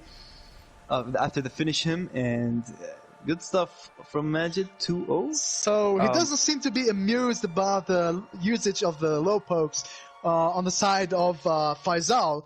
So let's see if he's gonna stick to that playstyle, because it seems like Majid is just having him downloaded when it comes to using those low pokes. But maybe he's gonna switch to Sindel and having a different game plan ready for that. Yep, for sure. Interesting to see. So which variation did he pick? Is it the one where he can cancel the air attacks? Or let's see what the special moves right now on the waiting area. I think he might go for variation 3. Whip and flip. Oh, he went for variation 1, splitting hair. Damage variation. Which one is it? Is it the one where she can launch the opponent? Yes. Okay, cool. So we're about to see some interesting combos here, which we all like to see, especially in Mortal Kombat. Oh yeah. Oh, Alright, here we go. Magic was ready. He knew that most Sindels like to go for the overhead after forward 4 up 3, so he went for buttons. Okay, Wow! Alright, optimal. 30%, that's exactly what you gotta do. Firm. Ooh. Wow. So this bed of spikes always dealing a lot of damage there. This is gonna hurt big time and putting Faisal in a bad situation. Now he has gotta guess what's gonna happen next. Wake up button, anti-airs Majid there. Putting him into the corner, just one hit away from taking the round, maybe fatal blow. We don't know what's gonna happen. Oh my god. But Kobe, this is gonna be it. Why did he go for the fatal? Why did he go for the fatal blow? No! Not even fatal. If he went for back forward 1, he probably would have killed. Round 2. Absolutely. Because he had meter. He could have killed him. Alright, Oh well, man, it'd be like that. so sad. It was so sad to see. Crushing blow. I love it. I love seeing that. Low. How much damage is it gonna be? Oh, it could have done more, but he went for the conservative, guaranteed damage, almost 40%. Wow. Alright, good stuff from Faisal. I love seeing Sindel. I played Sindel as well, so I like seeing him in action. Oh, absolutely nice character there. Okay, no crushing blow there. Alright, Wow, nice close full- block. Wow. Give me a break. That was so sick. He's going for And that low catching on him. wake up most of the time because he knows Magic loves his wake up buttons. That's gonna be it. Alright, round each. Amazing performance by Faisal here. Sure. Very strong Sindel. So he might be coming back now, slowly. But he's doing a good job. Oh, it's gonna be a crushing blow. Oh my god. 34%. He's lost 34%. Yeah. Oh. Okay, Magic's like, okay, I'm still gears. I'm second. Oh, this might be problematic right now. Majid having a life lead right here. Oh my god, the that's read scary. on that. So much damage. Check this out. Oh my god, he's going for the optimal stuff. He's going for the optimal. He's doing 50. How much? I think he did have too much. 43%. Oh my god. Yo, how did he? Yes. Oh my god. Oh boy. Pog, please tell me that I'm not dreaming right now. Someone clip that. Yo, Oh. he went for that splitting hair, special move in the air, and it went over the vacuum from the fatal blow, and it worked beautifully. Oh boy. I loved it. It's definitely unfortunate seeing Majid lose, but I loved seeing that. That was definitely hype. Oh boy. Good This stuff was from both. insanely I good. love it. Insanely That was so good. hype, man. Wow. Somebody That was please clip so that. good, That man. it's an obligation. Just clip it, or you know what? Somebody's gotta do it. If it's not you, I'm gonna do it. Wow, this was impressive. Bro, I'm sure definitely someone's gonna clip it. Okay, Majid's like, you know what? I don't want to even deal with this anymore. I'm just gonna go. So Majid, he's a professional player. Like we can all agree on that. So Oh, he, yeah, he absolutely. realized that in MK11 you need to counterpick. He learned that the hard way. He learned that from players like Shark Teeth and Tekken Master and even Hamza Oh, and yeah. Aziz, right? So he realized that he needs to counterpick a few characters in there. So he recently been playing Shang Tsung. I think he has very solid Shang Tsung. Let's see how he plays out. Oh my god. Okay, so we're gonna probably see a lot Catches of that him. here stuff. Yeah, It's we're right gonna at the see a lot of beginning, that. catches him. Oh my god, overhead. Okay, alright. Ooh, that full sprint worked out. You can punish him for sure. Yeah, you can't meter burn that. Down. Alright. Block frame. Oh, flawless block! And he counter. Alright. But he had no meter left in order to launch him. That's so unfortunate. Crushing blow! He killed him! He's dead! Oh, it's Down over. two, it's red. There you go! Oh my god! Splitting hairs with her BS crushing blow. BS crushing blows, I have to say. How That was really tough. how is it triggered? How do you trigger the crushing blow? If the opponent is doing it like a poke, and you put him with that while he's doing the poke as a counter or a punish, it crushing blows. Oh boy. So it's really great That's as a crazy. counter poking move, yeah. So if you do like down 1 into that, and then the opponent can do like down 3, it crushing blows if you get it. Okay, Crazy. very nice from Magic. Oh, he dropped that combo. Character unfamiliarity, I want to say. But I think he's gonna make the adjustment. There you go. But forbidden Down forward attack. special. Yep. Alright, yeah, that's where Flipping Hair definitely struggles. She has to deal with the thing. Alright, I Wow, told you but we're not gonna see the a lot entire of time. that. Yeah, we're gonna see a lot of that. Okay, we should have punished him. Ah, this hurts to see. This hurts to see. He was so playing so well. But we Are we gotta gonna say see that some- Final round. Majid is on set point right now. He just needs one more round and he takes the set. Yo, that one's a punish, but that was very solid. Nice stuff from Faisal. My man. Breaking away properly. Alright, good stuff from... Yeah, that's the thing with Cheng. A lot of characters have difficulties dealing with her sprint forward 4 into up 3. But Yeah. with Cheng, he will check her every time with... ooh. Damn it. Oh, playing with him. Oh my god. Give me a Oh my break, that's God. it. He won. He doesn't have to launch him. He Oh, he won. goes for No, it. Faisal. Nice read on that screen. Yo, this is my favorite set of the day. Faisal Oh, and yeah. Magic taking it out. We're seeing Indal, we're seeing... Oh man. Cetrion, we saw... oh my goodness, we saw GRS and we saw Shang. He did it. Now, Yeah. we're probably gonna see a character change. I want to. We're gonna see a character change. Not because Shang loses to her per se, but it's because Faisal is playing in this like really wild manner and it's been working yeah. out for him. He definitely needs a character that counters that game plan. And For sure. what I really like to see, we saw it twice or maybe Shang is 3 the one. times now, that Faisal was actually punishing the roll with the scream and getting the crushing blow out of it. Oh, Punk, please Yo. tell me, is that a counter pick? Is So that a I counter think pick?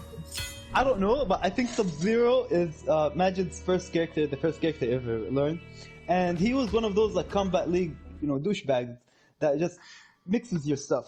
Oh, So I can see. how Faisal is for the most part is mixing up Mia with Sindel. So I think Mia just was like, you know what? If it's a mixed-up game, let me show how mix is done. He just went for Sub-Zero. He's like, none of that Baraka, Gears, or Shang BS. I'm gonna go for Dead Winter and just mix it up. Boy, oh boy. Nice. Yo, nice jumping. Ooh. Crushing blow. Don't see that a Immediately. lot nowadays, but he took advantage of it for sure. And now it's all about getting mixed right here. And here we start. Improvised ice ball. Oh, he's in Another jail. attack. Punk, this might be it. You can actually say that this might be it. He's got to guess over and over again. Not going to Fine. retaliate Well, properly. yeah, this round is definitely done. Yeah, this round is definitely yes. Now let's see if Faisal's gonna do any adjustments. 2. Fight. Majid seems to be really angry right now. He's like, okay, I'm going to mix the crap out of you. I'm not going to give you the opportunity to come back from this. It's my set, and he wants to show it. Yo, what happened there? That was beautiful with punish, Oh, as I can tell. Okay, that was very smart from Magic, but it didn't work out properly. But he's still The in this. damage. Overhead. Oh, he was gonna go for that mix. Oh, and he blocked it. Drop the That's punish the there. first time we've seen Magic block it. Beautifully done. Okay, he went for that other read. No worries, bro. Okay, that 3 down 1 gonna work that one. Now that's Sindel's weakness, of course, the whole game. She has an 8 trained poke, that's the fastest one. Okay, no face to go for you. But nice grab. Mia has defensive Turning bar, and tables. he's gonna have... Oh my god. What's he gonna do? Is it- Another one? Slide? Is it again? Oh, no slide in this variation, of course. That didn't chip. Oh my Punk, I God. can't take it. It's too intense. I can't take it. Oh, my God, you got it. Majid! Nice stuff. Nice The stuff. disrespect. Well deserved, Faisal, I think Faisal is now still in it. He goes to losers, so we can't count him out from the tournament yet. However, he will have to face, I believe, GXN or the winner between GXN and Prestige. I am not sure. I need to check the bracket. That was godlike. That was my favorite set. We have been seeing some Sub-Zero action today. I like it. Definitely a pleasure seeing Sindel and such solid yeah. gameplay from Sindel. Faisal was playing it out of his mind. He was I doing gotta all these say, comebacks. It was I gotta really say, good. that was really the first time that I saw a good Sindel in action. That was really fun to see, especially when it came to the reads that he made and countered and punished the forward rolls by his opponent with a scream, get the crushing blow, but Majid was he's keeping his focus and not dropping any opportunity to come back from the life lead that his opponent had there. It was a very strong set. Yeah, he made a few comebacks that were really tight, and he almost had that reverse 3-0, but you know, like I was telling you, Majid is in that counter-pick game plan, so he felt like Shang, even though, by the way, Shang actually beats that variation of Sindel, but he definitely needs to run that matchup more so he can be more comfortable with it. We obviously thought he wasn't that comfortable with it. But he was like, at the end, he was like, you know what, I'm just gonna go for Sub-Zero, and you know, I'll just mix him. Be like that sometimes, you know? Yeah, the funny thing is, as you said, it might be a very difficult matchup for Faisal in that situation with Sindel, but again, we saw him overcome the bad situation, the bad matchup, and actually making work there. Crazy. Yeah. Faisal is he's a very definitely strong going to go player. for that leap. Yeah, he's definitely up and coming. You know, from my understanding, he's one of the really good Lebanese players. Hamo told me he's one of those that dramatically leveled up in the past couple of months. And we can obviously see that you know he's really close to being like top level with his gameplay. I love what I saw. Sure, he might be going for mix-ups with Sindel, but you know that's Sindel, and if it works, it works. Johnny Cage. Plus that YOLO hair split, that dodge the fatal blow was so sick, man. Oh yeah, that stuff was the highlight. Definitely the highlight. That was amazing. All right, so this is gonna be hype. This is gonna be straight up martial arts, patience, and like, oh man, it's gonna be very this is a matchup that, and we see Liu Kang again that we have been longing for the entire time. He has been playing GRS in the last set, but now I'm happy that he switches back to Liu Kang. And Liu Kang versus Johnny Cage is always an interesting matchup to see. And he even goes for Showstopper this time instead of Outtake. Interesting, even though. Well, I'm not sure if his projectile jails on Liu Kang or not. I think it does. It does. They improved it. So it jails on Liu Kang, however, still whiffs on Johnny Cage himself and a few other characters like Joker. And yeah, it seems that he doesn't care about that too much, anyways. And going in strong and having a huge life lead. He low profiles the sending 1-2 from Liu Kang. Johnny low profiles the sending 1-2 from Liu Kang. So that's, I think, the only edge that Johnny has over Liu Kang. Ooh, nice forward three. Beautiful combo there. Getting a lot of damage. Oh, the read again. This is too much for me to handle. Those beautiful reads there. And how many times have we seen something like this today? Tell me, please tell me how many times. It was we've seen a lot of micro ducks, a lot of tech, a lot of down twos. What was that like? I was scared for a moment there. Yeah. Okay, VXN, we're still in this. Let's go, guys. We're not seeing a lot of fireballs from Liu Kang. Okay, look at the movement. Yep, okay. We're feeling each other out. But who's gonna have the upper hand in zoning game? Is it gonna be Liu Kang or Johnny Cage? I mean, both have good projectiles. I think Liu Kang has the upper hand when it comes to the low projectile there, but he doesn't use it as much as it should be. Nice use into actively. Wow, beautifully caught. Alright, you have to break away. Nice. Is he gonna charge up the crushing blow? Yeah. Okay, or wake up down one. Johnny Cage. He's gonna do okay. Wow, how many times? 3 times. Whoa! He closed the gap. He flawless blocked it. He minus.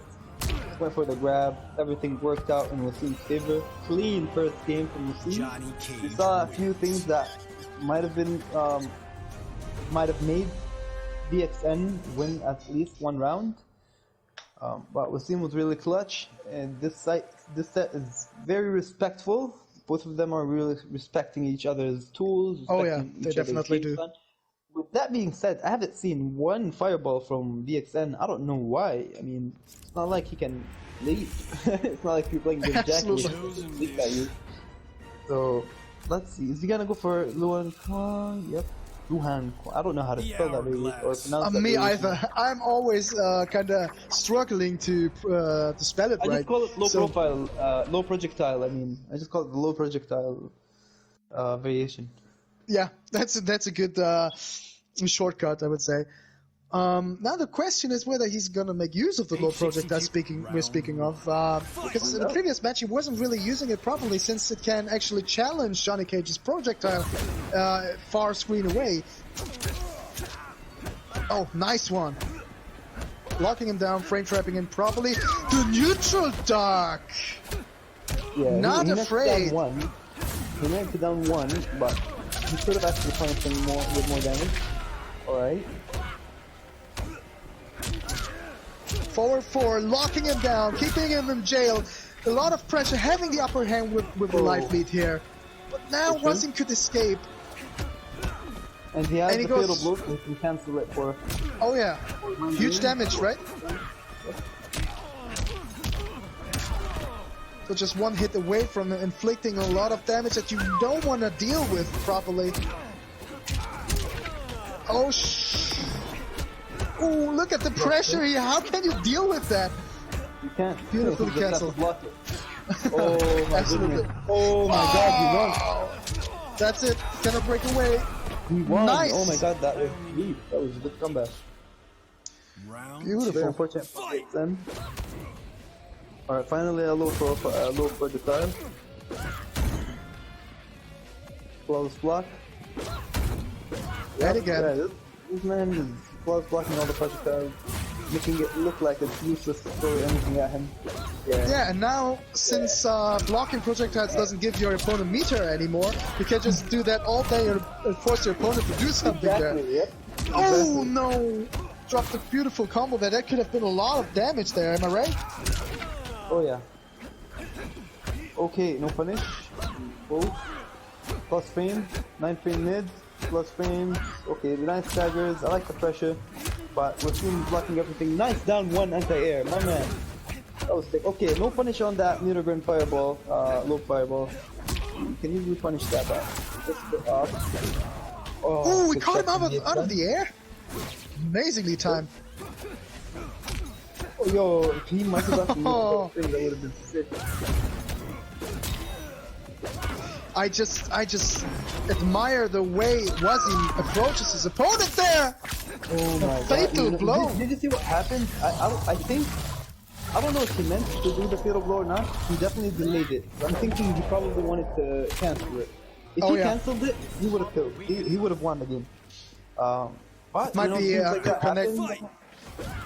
Maybe because of the Connection connection. could be Yeah. I think the connection Could be all of is not bad, so. No, I mean, probably not. But I think, especially in a situation where there's something on the line, I mean, they're really pretty far in the tournament that nobody wants to lose. So Oh yeah, nobody actually, wants to maybe drop Joker anything, would. Oh, I love the way they move around there.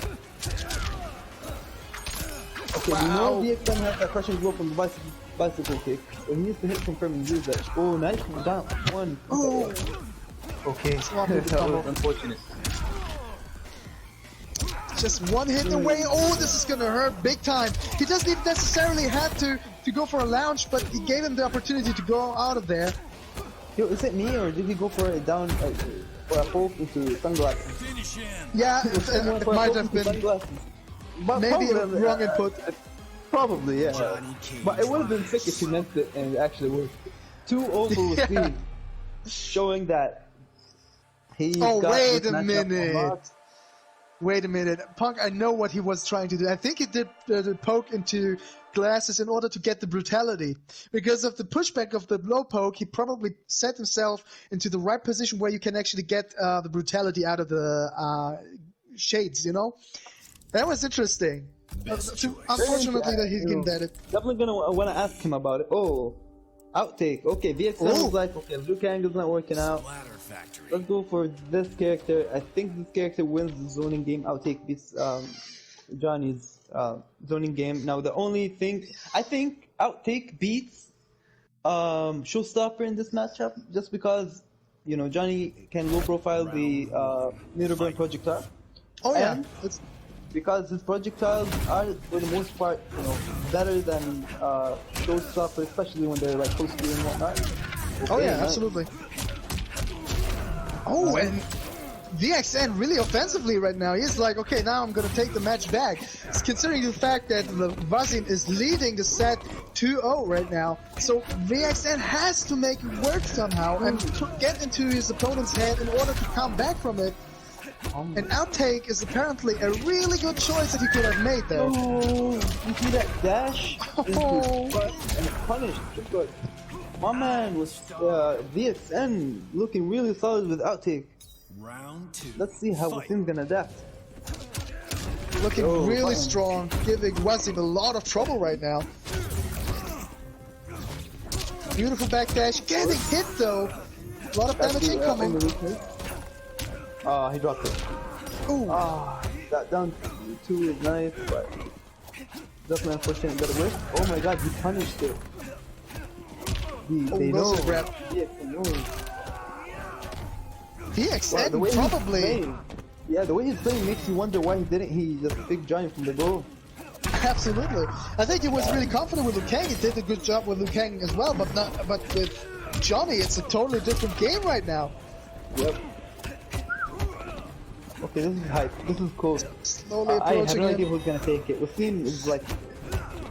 I think either player is just one hit away from actually taking the round, and he is. And here we go. Oh, it's not gonna kill though. It's not gonna kill though. So he's just Oh my god. one hit. Ooh, My god. good take the grab. He's dead. Punk, what's gonna happen? What's gonna happen? Oh, he No, blocked gets it and went for it. God damn, that was so sick. He flawless blocked that last projectile and went for his own projectile and it killed him. And My man. he shot himself to set point right now. Was he just one round away from taking the set and eliminating VXN from the tournament? Yo, Wasim is ready. You know, at first round maybe he wasn't like anticipating what VXN was gonna do with outtake, but now he's just ready for everything. Unfortunately he didn't anti-air that. He could have anti-aired that. Oh, Okay, nice use of the almost win. punished him. Oh, he knew he was gonna meter burn it, so he punished it. VXN in a bad situation. Okay, Beautiful it's looking like punish. it's even actually. They're Yeah. both at similar health. Oh, nice flawless block, but no Did he punish. just flawless block it? Oh yeah, Crazy. he flawless blocked that up 3, and but couldn't punish it unfortunately. Bit tight. All right, Johnny is the king of neutral. He plays it much better than most of the cast. So, Oh, yeah. and both of these players are making good use of it. But VXN now has to get one hit. Unfortunately, doesn't confirm. Couldn't get it. Now again. Oh, he's You dead. don't want to put yourself into that situation, and Vazim going in, taking the set, eliminating VXN from the tournament. And I gotta say, respect and huge kudos to VXN, who has For sure. played so well, especially in the last round here. GG's for both players. Vazim proceeding into the next bracket over here. That was so sick. I mean, VXN, it's not like he can't beat him. He definitely has, you know, the potential to beat Wasim, but Wasim was just playing out of his mind. Really rare mistakes. He just dropped a combo or two here and there. Didn't hurt him that much, and he won. He got a clean 3-0. That was really legit. I love it. VXN had just, like, especially in the last round, he had two opportunities where he could have hit confirmed. Unfortunately, dropped the cancels, or especially going for the combo instead. And that basically was the last nail in the coffin, and he allowed Wazim to come back and actually take the entire set and eliminating him from the tournament. So that was a very, very interesting match, and I don't even know who's gonna be the next match now. Can you please tell me? Up next, I believe it's got to be... Well, we're about to find out right now. I think it might be Wasim against Faisal. Oh yeah, that should be probably a losers Wasim final, I guess. Right? Oh, in that case, yeah, it's probably Wasim against Faisal right now. Alright, so we're actually in losers finals right now, and the winner of it is gonna have to face Majid in the is gonna face Majid in the grand finals then. Yes, sir. So we got Majid right now. He's chilling at grand finals. Things are looking well for him. Now I know for a fact that he actually does not necessarily beat Wasim every time they play. Wasim does give him a lot of trouble, and we saw earlier that Faisal can give him a lot of trouble as well. Nature girl. Oh yeah, absolutely. With that being said, no matter who wins this game, whoever proceeds and goes to grand finals, it's gonna be hype. And as we could see, Faisal is really talented when it comes to overcoming bad matchups, and he doesn't seem to have any problems with facing a bad matchup. So he just goes for Cetrion right again, even though it was obvious that Wasim was going for a character that would actually most likely counter Cetrion, and now he's just going right at it and trying to play this game the way he intends to. For sure. He's shown that he can play the matchup against GRS. Okay, Wasim is playing really patient. He's not scared a single bit. Okay, he could have punched that, but no worries. Okay, interesting. Very interesting. Ooh, and look, Wasim is going in there really offensively, trying to get the hit, opening Faisal up, and beautiful anti-air. That's exactly what we want to see here. Yeah, and we're seeing that down 4 game plan from Faisal again. Faisal's been working out against this GRS, so... Oh yeah. Okay. I think that might be just a good strategy in general against GRS. Keep him out and not allowing him to get too close. Faisal's being too respectful, and ironically, Wasim is being too aggressive. Wow, nice flawless blocking punish. He has that unlocked. Oh, you gotta love those flawless blocks. Plus spin. Okay, he could have both punished that, but it's better than not being clear. Oh my god, he wants to be so worked out. But that was... Punk, that was a huge risk, wasn't it? Yeah. Basically, if you press buttons after that string, it's your turn, so you can press buttons. But Wasim was like, you know what, I'm not gonna give you your turn. Here's a sand trap. And he wasn't anticipating it. But we don't really see that much of. And he probably also noticed that Faisal was blocking high, so he just went for it and it worked. Alright. Lots of damage incoming here. Going to 30% here, 31 even. Alright. Wow, I like the way he cancels the jump in attack in order to get the ray out. Really cool. And can actually pretty confuse your opponent there. Exactly. Could have anti-air that. There's no way that anti-air. He got this round. He definitely got this round. Down 1. I mean, down 2, nice. But... Okay, no worries. Final round. Fight! He has him in the corner. I'm thinking we might see Faisal approach him and start doing the down 4 gameplay. Most likely here, and he's pushing himself away for the right position again. Oh, look at the damage that he's inflicting bit by bit here. Yep, that's Cetrion. She'll stagger you to death. But it looks like Wasim is slowly coming back here. Oh, the crushing blow. 34%. Yeah, I think he tried to fuzzy. He tried to fuzzy, but it didn't work out for him. Yeah. He could have punished. Oh, look at the paces. Both players just don't want to approach each other. But Faisal is, no, screw it. I'm just going to slowly approach him there. I got an upper hand right now. But Wasim with the life lead, just one hit away from taking the match here. Oh my god, Wasim is playing really solid. He's being very patient. Amazingly well. Wow! Good stuff. Yo, do you think we're gonna see some dub? I hope so. I was really convinced, to be honest, and I really want to see Sindel. I mean, it was so high. Please go for Sindel. That would be so great. Well, I mean, no. If he thinks that he can still win it with Cetrion, he should probably. Absolutely, no. Exactly. Sorry, I'm not trying to influence anybody. It's like just like my hopes are up to see his great Sindel again. But I think he was doing a pretty good job with Cetrion, so it wouldn't be a bad idea in and of itself to stay with Cetrion. Or what do you think? What would you do in that situation here? Well, I mean, it really depends on what's going on in his head. Like, he needs to revise why did he get clipped by a few things here and there. Hardcore And historian. if he can just figure out why and Elder just Diva. adapt accordingly, he should be set with Cetrion because he was playing solid. It's not like he was being out neutral that much or anything. Oh, It's yeah. just that Wasim has been, you know, patiently waiting for the right time to do certain Yeah. things. You know, he's been poking him in weird ass times. Like when Faisal is waking up, Wasim will immediately poke him and go for a grab, poke him again, go for the mid. Even if he blocks the poke, you see Wasim jump right after the blocked poke into that Round one. Fight. body splash. So, you know, it's gonna be tough. Wasim is playing very Yeah. patient. And Okay, he actually, it knows. pretty works out well against Cetrion in that situation. And Faisal still trying to just keep him away, but it won't help him as much considering the fact that he's putting him in a disadvantage when he's far away because, as we said, GRS can counter the zoning attempts really well there. He got the combo though. And yeah, Yeah. He put him in the corner. No, he didn't put him in the corner. He left him there for the 19. And now he's put him in the corner. Yeah, forces him to make the guess. Ooh.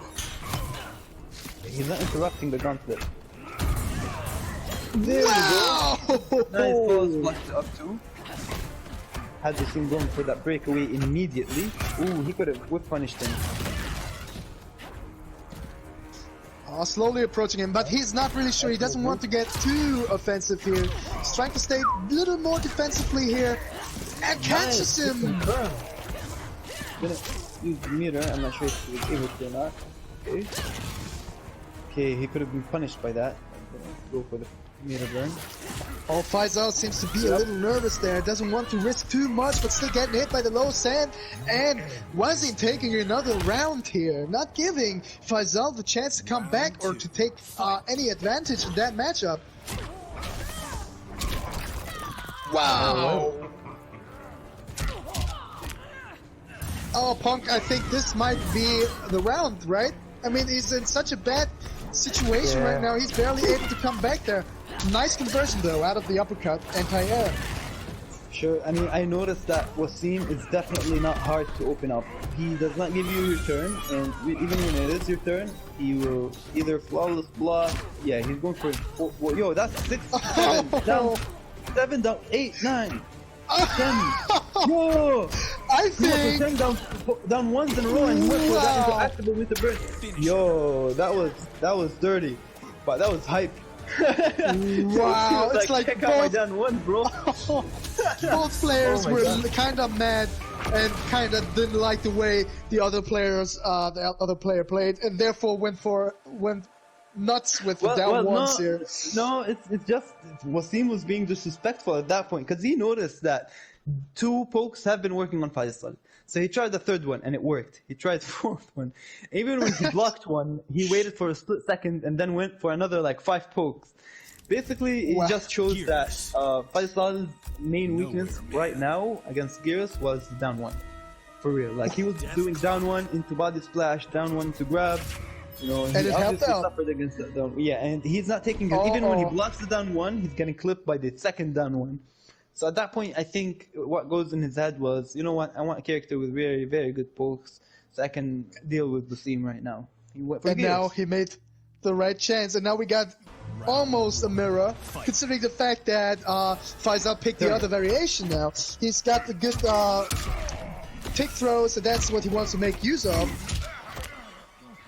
Wow, we're getting a huge damaging combo right at the beginning of the round. Wasn't going all in, burns the entire offensive bars, and almost 40% there. Give me a break. Wasim is playing out his mind. Oh my god, that punish shot was so sick. He knew. Okay, he was waiting for Faisal to do a mistake. Yep, no down 1 for you. He picked that variation, that character specifically for the down 1 game plan. Which is actually working out pretty Okay. well, however, Oh, nice Wasim's punish. still Okay, having the upper Wasim- hand.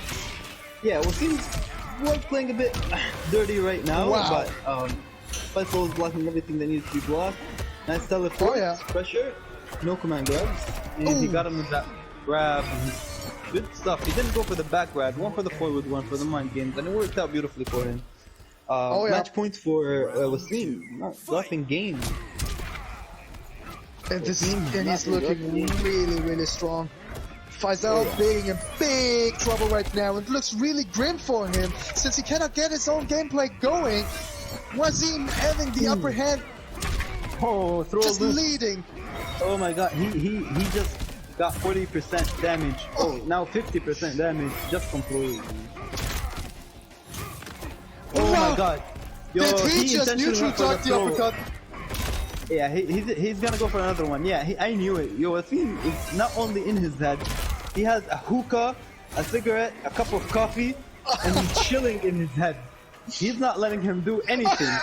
You guys just Okay, teabagging. apparently Faisal is sick of it. Yeah, Faisal was I don't sick know of what to do. Fuck this. GG's, guys. Good stuff from Wasim. Very solid gameplay, man. Good stuff. Oh, that was amazing. Alright.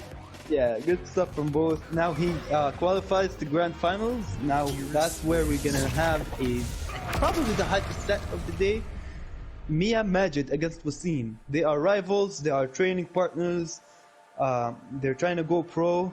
They're new to the fighting game community, especially in Mortal Kombat 11, and they're really, showcasing their skills, showcasing what they got. Now, obviously, they're in grand finals. I don't think Wasim dropped any game. Wait, who sent Wasim to losers? Good question. I cannot remember properly. I know he beat who it was. Aziz. He beat Aziz, right? He played against Aziz and he beat him. Exactly. But that was in losers Exactly. as well. Let me check the bracket real quick. Yeah, Or if yeah, anyone yeah. in the chat knows, can you tell us? Yeah, that would be some really good help to know, because I was wondering as well, because Wasim just looks unstoppable, and I'm like, who was able to put that man in the loser brackets? He was doing such a great job. He looks unstoppable right now. And now the question is he gonna be that unstoppable in grand finals as well? Is he gonna retaliate and gonna give Majid a big trouble? This is actually a good thing that I cannot wait to see here.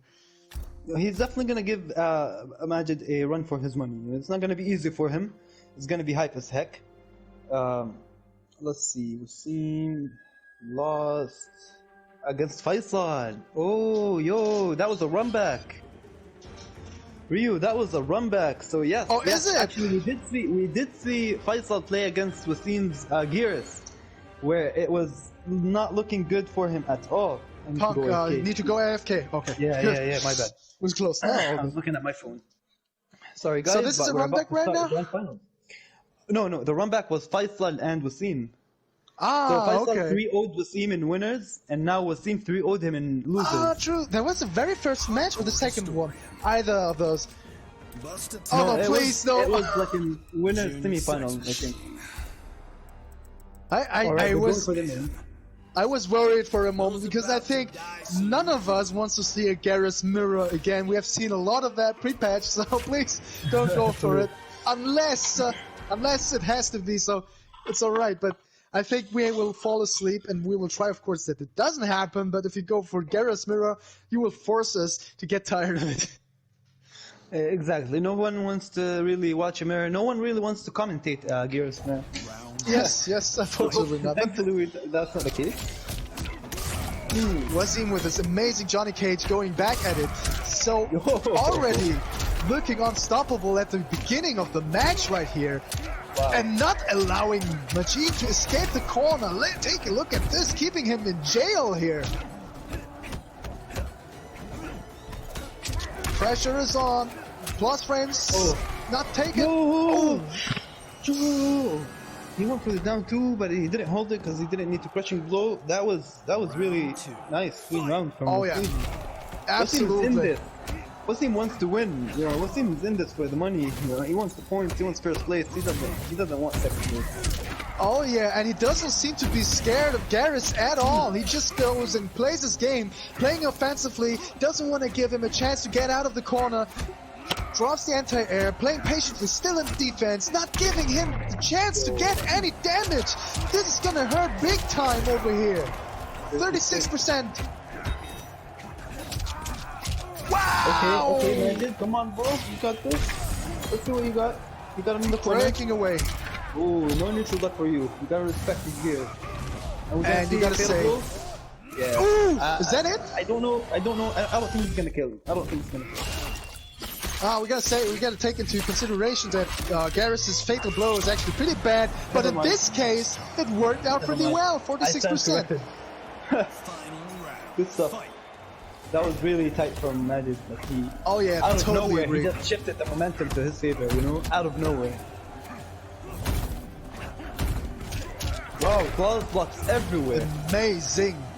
So now we see why these two players are actually in the grand finals, showing Exactly. amazingly how good they are. And now Majid with the crushing blow on his own.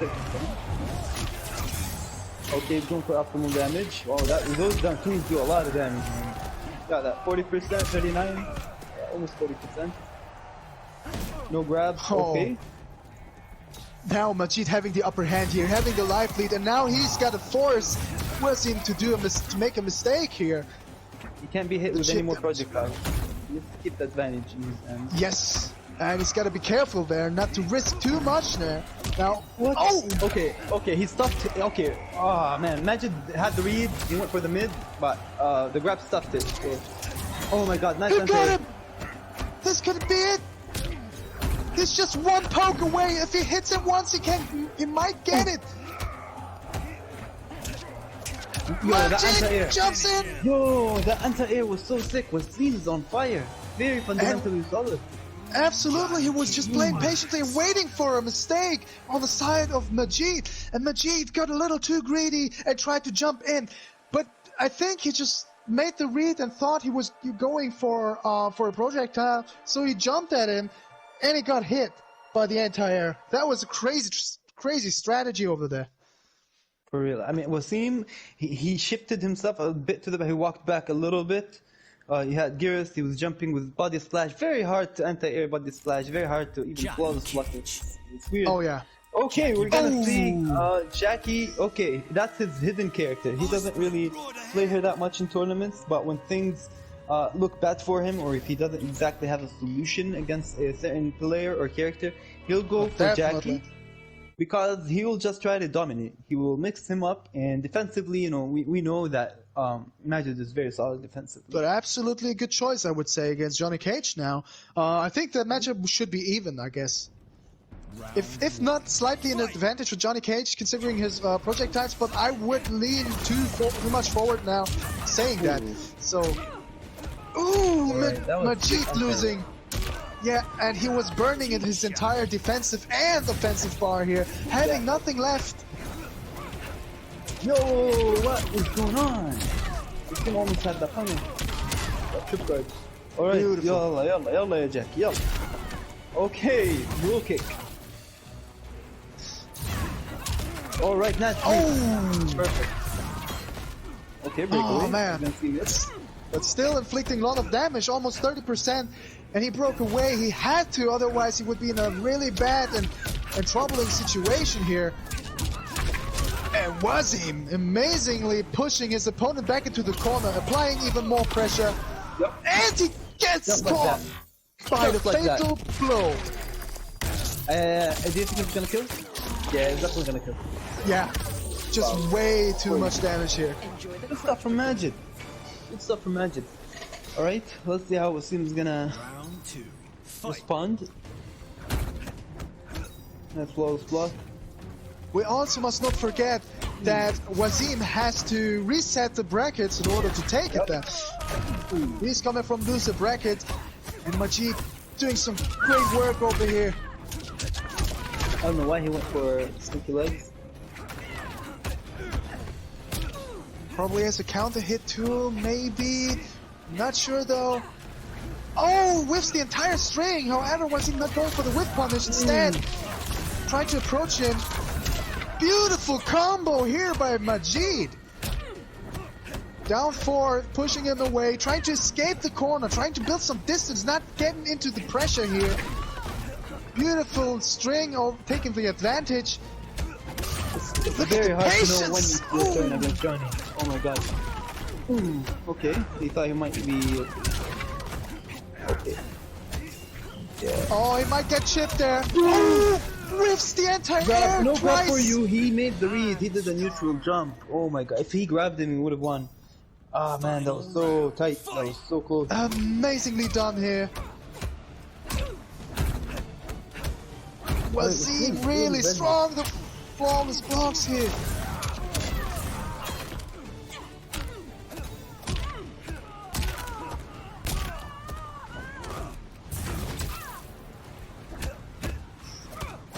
Alright. No, it's outtake. Doesn't have the perfect side culture. No, doesn't Yeah, need it. true. That might Okay. be. Oh no, Magic's controller disconnected again. Oh, Okay, that's he's back unfortunate. At it. He's back at it. Yeah. No Make worries. sure to charge your controllers. Yeah, definitely need to make sure that your controller is always being charged or is charged. By Absolutely. the tournament.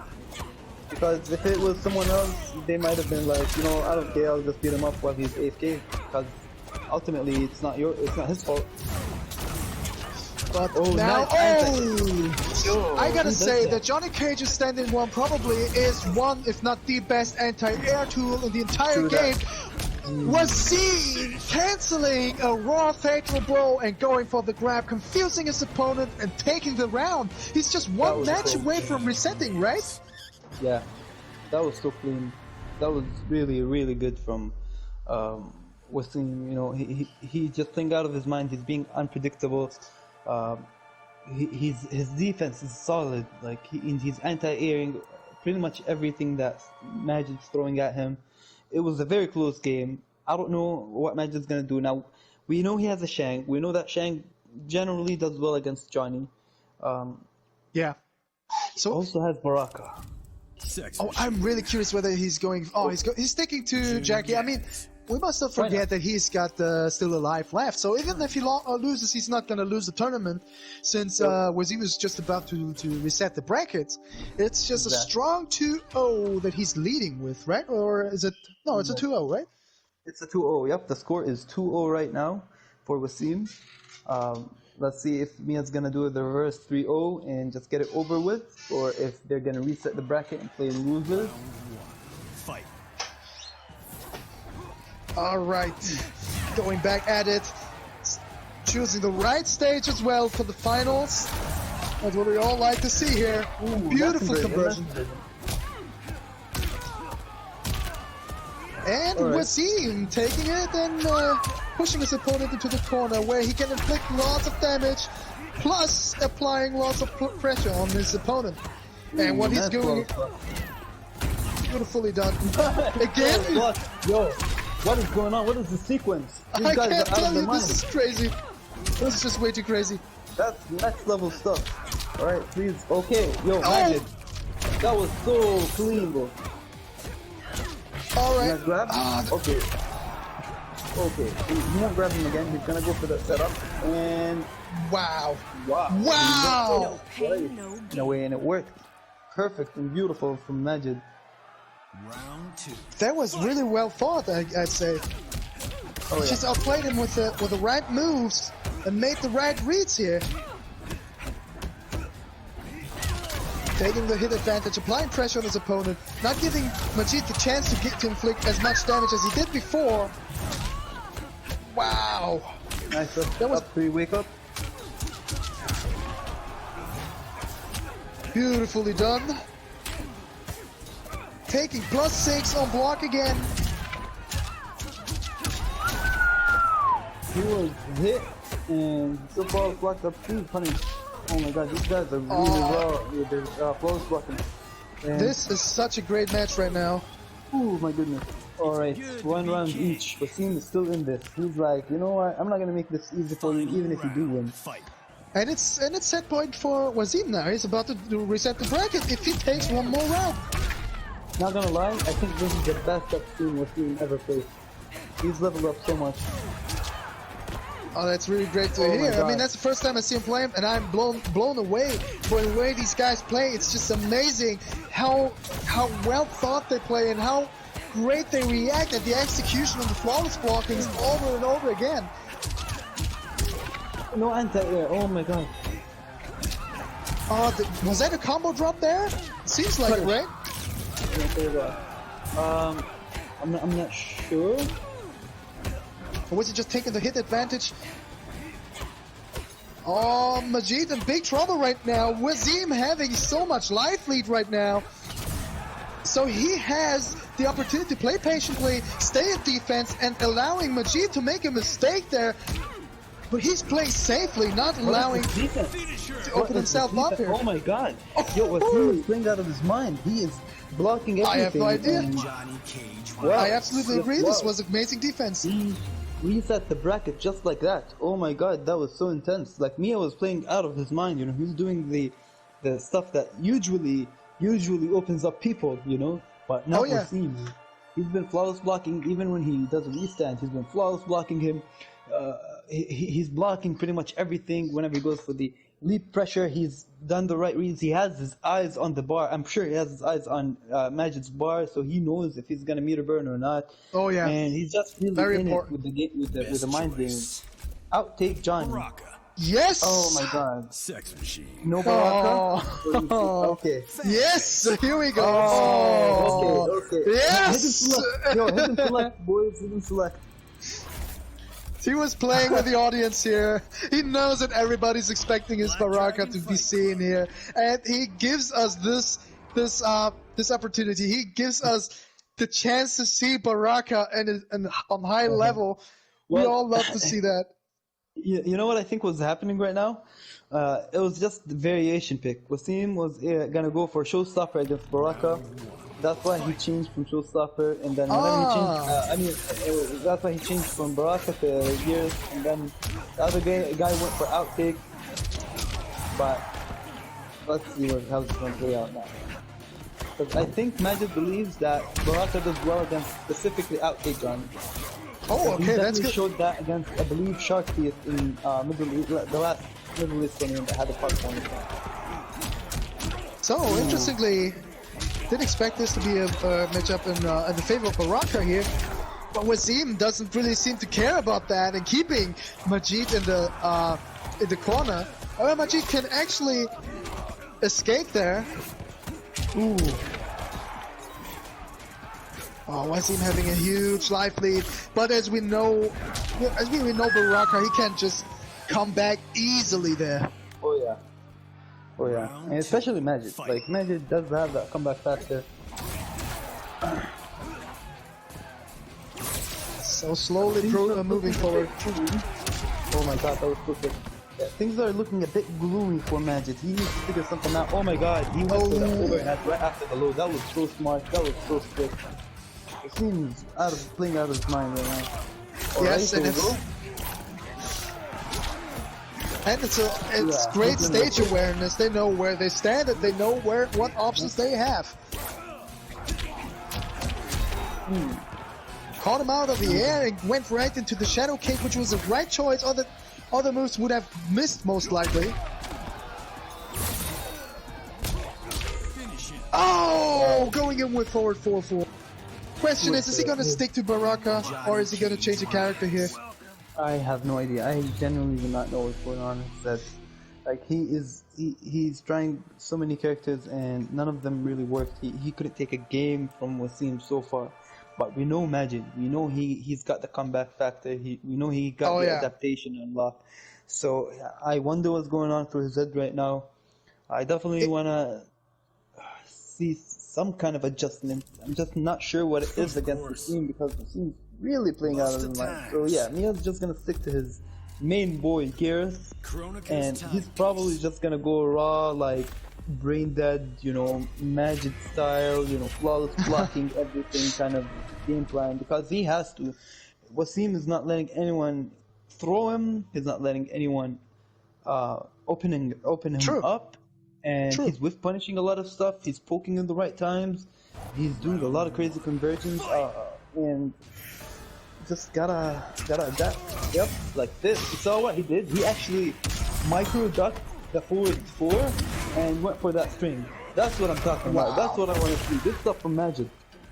And Majid making a strong start here, showing that he is now also as unstoppable as Wasim. Wow, the hop. Did he just hop over Johnny Cage's low?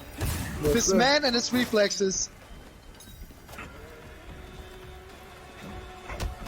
Yeah, he's not gonna go for a lot of tank traps. He's just gonna keep it there so that Wasim can just stay still for a minute, and that way he can play his game plan. Oh, no flux blocks, of course, because he's gonna go for Wasim. Oh my god, he's down to Wasim knowing. You're in the corner and you poke me while your back is in the corner. I expect you to grab, so I'm gonna down 2. He's done it like every game so far. Absolutely. Ooh, Like he hasn't missed an opportunity for the crushing blow here. Going for the interactable, catching him and spikes him up. Round Well, 2. we're not gonna talk about how Magic did 4 or 5 down ones in a row. Okay, good punish.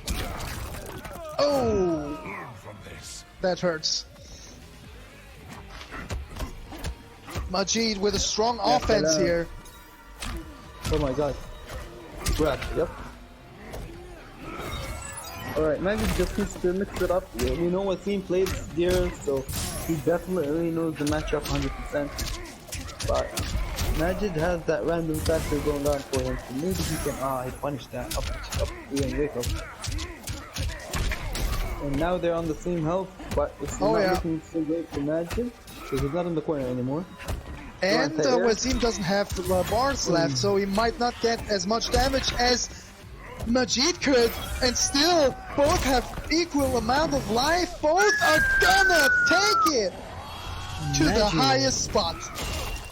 That's what I love to see, man.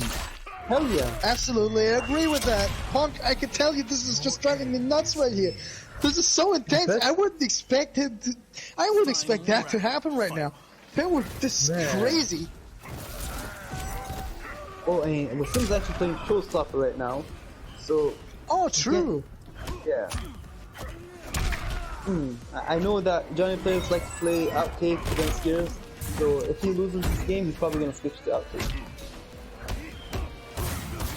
Got spins. Nice. Whoa, nice on one, but he flawless blocked that. Oh, no shit. Nice punish. Oh, My god, the punish. He seems to be just in his mind. He knows what he's gonna do next. We seem so strong with Johnny Cage over here. The pressure here. Look at the Oki. Oh! Okay, he knows. If you whiff the second hit from that string, then the third hit will whiff. It will. If you can low profile the third hit. So he knew, and he just went for the down 2. Good stuff from Magic. Oh my god. Oh, this might be it. Tried to go for the fatal blow. However, you have to hit 1-2 in the air. He thought he might be grabbing him. He tried to attack and got clipped. It's 2-0 right now for the team. He's playing out of his mind. Out of his mind. Wasim, as I said, the gameplay. just unstoppable. Yep. He's coming from the loser bracket, not showing any weakness over here, even though he has not dropped any game in losers. Not absolutely. One game.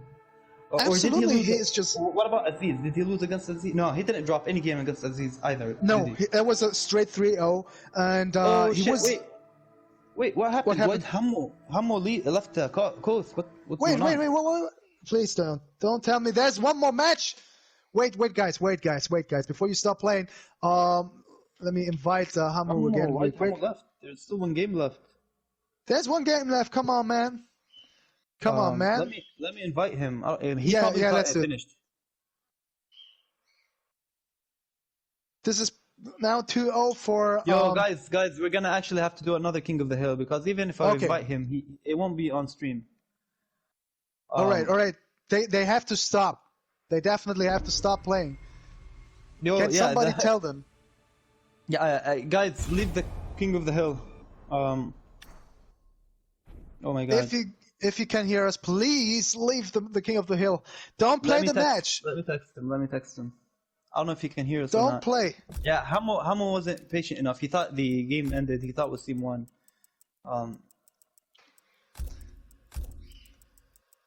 الله يسامحك يا حمو يا قلبي. طيب آخر جيم.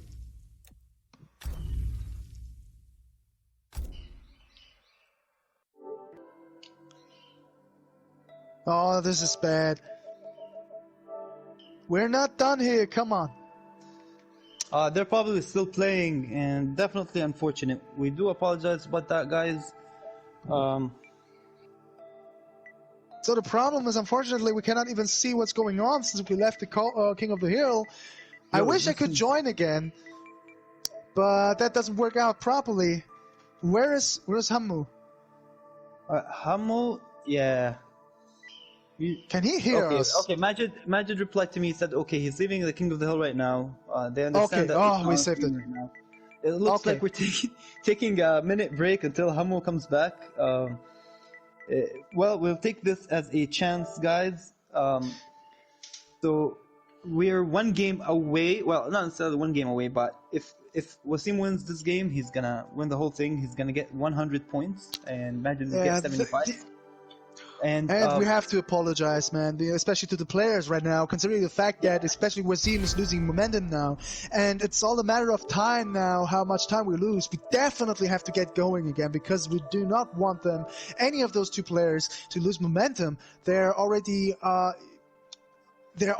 expecting a next match, and we cannot lose any time right now.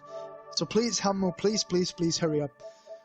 Yeah, you don't want to, because they're all warmed up right now, Wasim's on fire, you don't want to cool him down. You want to leave him in that momentum. So yes. While we wait for Hammo, I'm just going to do a quick shout outs again to Rivals app for sponsoring this weekly tournament. And I'm just going to explain the point system real quick. Okay, never mind. Well, I know for a fact that first place gets 100 points, second place gets 75. I'm not sure about third or fourth. I know Majid won last week, so he should be set in regards to points. It wouldn't really affect him that much if he loses against Wasim this time. The only thing they're playing for, I believe, in my opinion, right now, is just bragging rights, rep. You know, they're just in it for the rep. You just want to be there and be like, yeah, I have his number, I've beaten him in tournament, I got this. Now, it looks like Hammo is restarting Mortal Kombat. Hopefully it's not going to take too much time here, and I think it's alright. I mean, 5 minutes is quite some time, but it's not as problematic as we think, hopefully at least. Now let's see. Alright, he's coming right now. Now I noticed that Wasim left the room as well. Wasim, if you are with us, حبيبي وسيم إذا موجود ارجع على الغرفة يا قلبي عشان حمو هلا حيجي على الغرفة وبدنا نبلش آخر الست. Okay, so I'm looking at the chat right now, and I'm not sure. It looks like Majid wants to go with Baraka. Oh, Hammo's back. Straight up, Hammo and Wasim are back. Let's go. Alright, guys, prepare yourself. And Wasim is about, taking the entire set now. And actually, the entire tournament, it all depends now on the last match is going to take it, or we will see Majid actually making a comeback, a strong comeback. He was playing very strong, especially in the last match. So it all depends now if he's going to adapt to the way Wasim is having the upper hand right now, and maybe he can make a comeback and take the tournament. All right, here we go. Everybody should be prepared right now. Going to going AFK. This is gonna be immediately. Momentum based. So last game. Now we know Wasim has the momentum. He's confident. He's making all the right reads. He's blocking perfectly, beautifully. And Mia's having a lot of trouble opening him up. However, if Mia just builds some momentum and even wins this game, I think there might be a huge shift. And he's going all Baraka right now.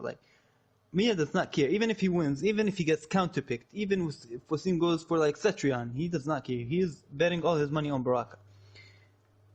Absolutely, now we can see his great Baraka in action again. And now, again, the score is on Wasim's favor with 2-0. And Majid trying to keep the distance, not getting too close and risking too much right at the beginning of the match. Oh, whip punish. There you go. Oh, nice. A good amount of damage was inflicted with that uppercut, 25%, preventing his opponent from breaking away without any problems.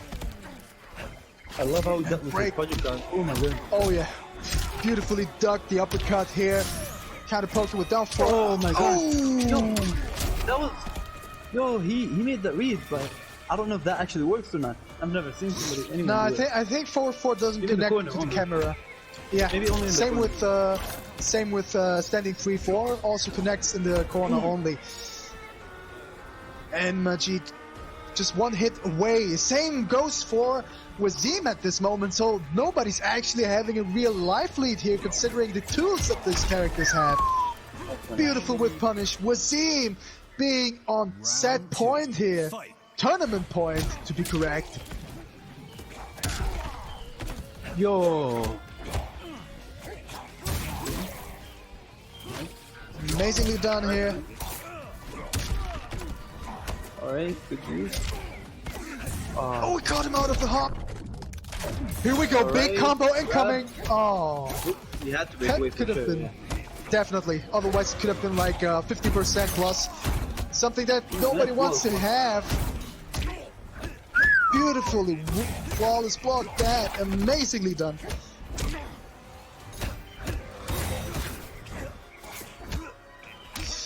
Getting so intense here. Yo.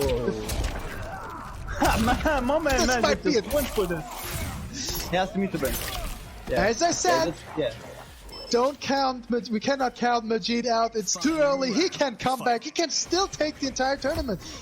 So this might be the point where he makes a comeback. We don't know. It looks really strong, but Wazim still not giving up. Looking unstoppable still. Catching him out of the air. Absolutely agree. This is really, really strong play right here. Oh, he didn't Majid. need to break away. That will not work on his advantage. Okay, now we're talking about momentum. That's the momentum Majid needs. Oh, no whip punish. You might regret that. Yeah, okay, good tech. Alright, down 4 boys. Auto shimmy into grab. Oh, another tech. Oh, my man, Oh. we've seen him teching. A lot of damage right here. Majid with 40% 40%. dot. Throws Right now. blocking, Oh my God, slice and no. dice. That's he it. killed himself. That's it. No, Oh, he's not that. Johnny. He- Oh, he drops the combo. He Oh my drops God. the combo. Wasim, you dropped the combo, and I don't know, even if he didn't drop the combo, I don't know if it would have killed, but it would have put him in a better position, of course. He It dropped a could have combo, he got been it. poked, and he lost that game. Now we're talking about momentum shift. I think that's the momentum shift that Mia needs, or needed. 2-1. Let's see how it's gonna play out. I'm gonna hook you up with that 10 Wow. reset, my man.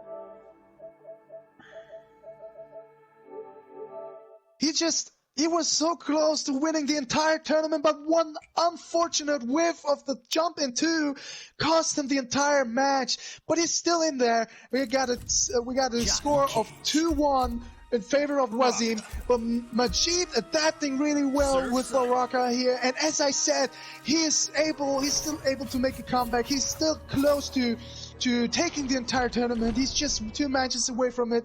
But we cannot count Wazim out either. He might be adapting to it really quick and might take the tournament in this match. We don't know what might happen next, but we have seen, as you said, Punk, a shift I of want to see game momentum. 5. I know everyone wants to see a game 5. Oh yeah, Including and I think, right and now, I I'm totally rooting for agree. Magic this game. This game, I'm definitely rooting for Magic because I want to see a game 5. Because these guys are playing out of their minds and it's really high level, it's really nice, and you know, it's hype. We all love hype. That's combo from. And I gotta say, watching those guys play, I'm really interested in playing this game again. They make this game look so beautiful. The way they play, it's just amazing. Oh my God! You saw how he picked it up after that. Oh, yeah. Combo of that. Oh, nice use of projectile. Alright, it's not looking great for Magic at all. He has to No. get in his feet. Wazim having the upper hand with the life lead again here. Barely lost like almost 15% life that he left. So again on tournament point, but I still believe that Majid can do some magic and actually come back and maybe take the round. We don't know. But it's looking really, really good for Wazim right now. Beautifully. Okay. Yeah, he's blocking everything. Okay, nice use of that string. Could have gotten more damage, but no problem. There we go. Wow. Unfortunately, too far away from the corner in order to go for the full combo there. Tried to flawless block the jump kick, but it didn't work out for him. He's going for that neutral jump. Oh, it's a good idea. Oh my God, he's in there. He's in That there. was Now we're gonna see a breakaway. beautiful one. Oh, Oh, he boy. gets Oh, Tsushima wrong. He thought he would told go you. for the grab. The stagger was not the stagger at all. We called it Ryu. We saw some magic from Majid. and apparently it seems to happen just as we expected, but we never know what might happen next. We're seeing a lot of neutral patience jumps. of this man. Oh my god, you're seeing a lot of neutral jumps. They've been working out, but now he's put himself in a very bad spot. He doesn't have defensive meter. Steve does have defensive meter, but he doesn't have defensive meter. Exactly, so the Now he opposite does. more or less there. Oh, this might be it. It's just one combo away, one hit, and this might be over. Nice grab. That's exactly what he needs to make the comeback. Okay, nice roll. He takes the grab. Alright, nice. And the air to down two. Oh my god, Wasim is playing out of his mind. GG's, well deserved, Wasim. You are phenomenal. Such a man. great match. That was such a great nice match. match. Oh yeah. You played there's Johnny. amazingly well. That was so good. GG's to both players. Majid had a really excellent, excellent run. Wasim was on fire ever since he got to losers. Props to also Faisal for making losers finals. Props to really all the combatants that participated in this tournament. That was so hype. I think this is definitely my favorite GRS week. So many hype matches, so many like clutch moments. From VXN, from Hamo, from VXN, from Aziz, from Faisal, of course, Wasim, and Majid. First place goes to Wasim, godlike performance.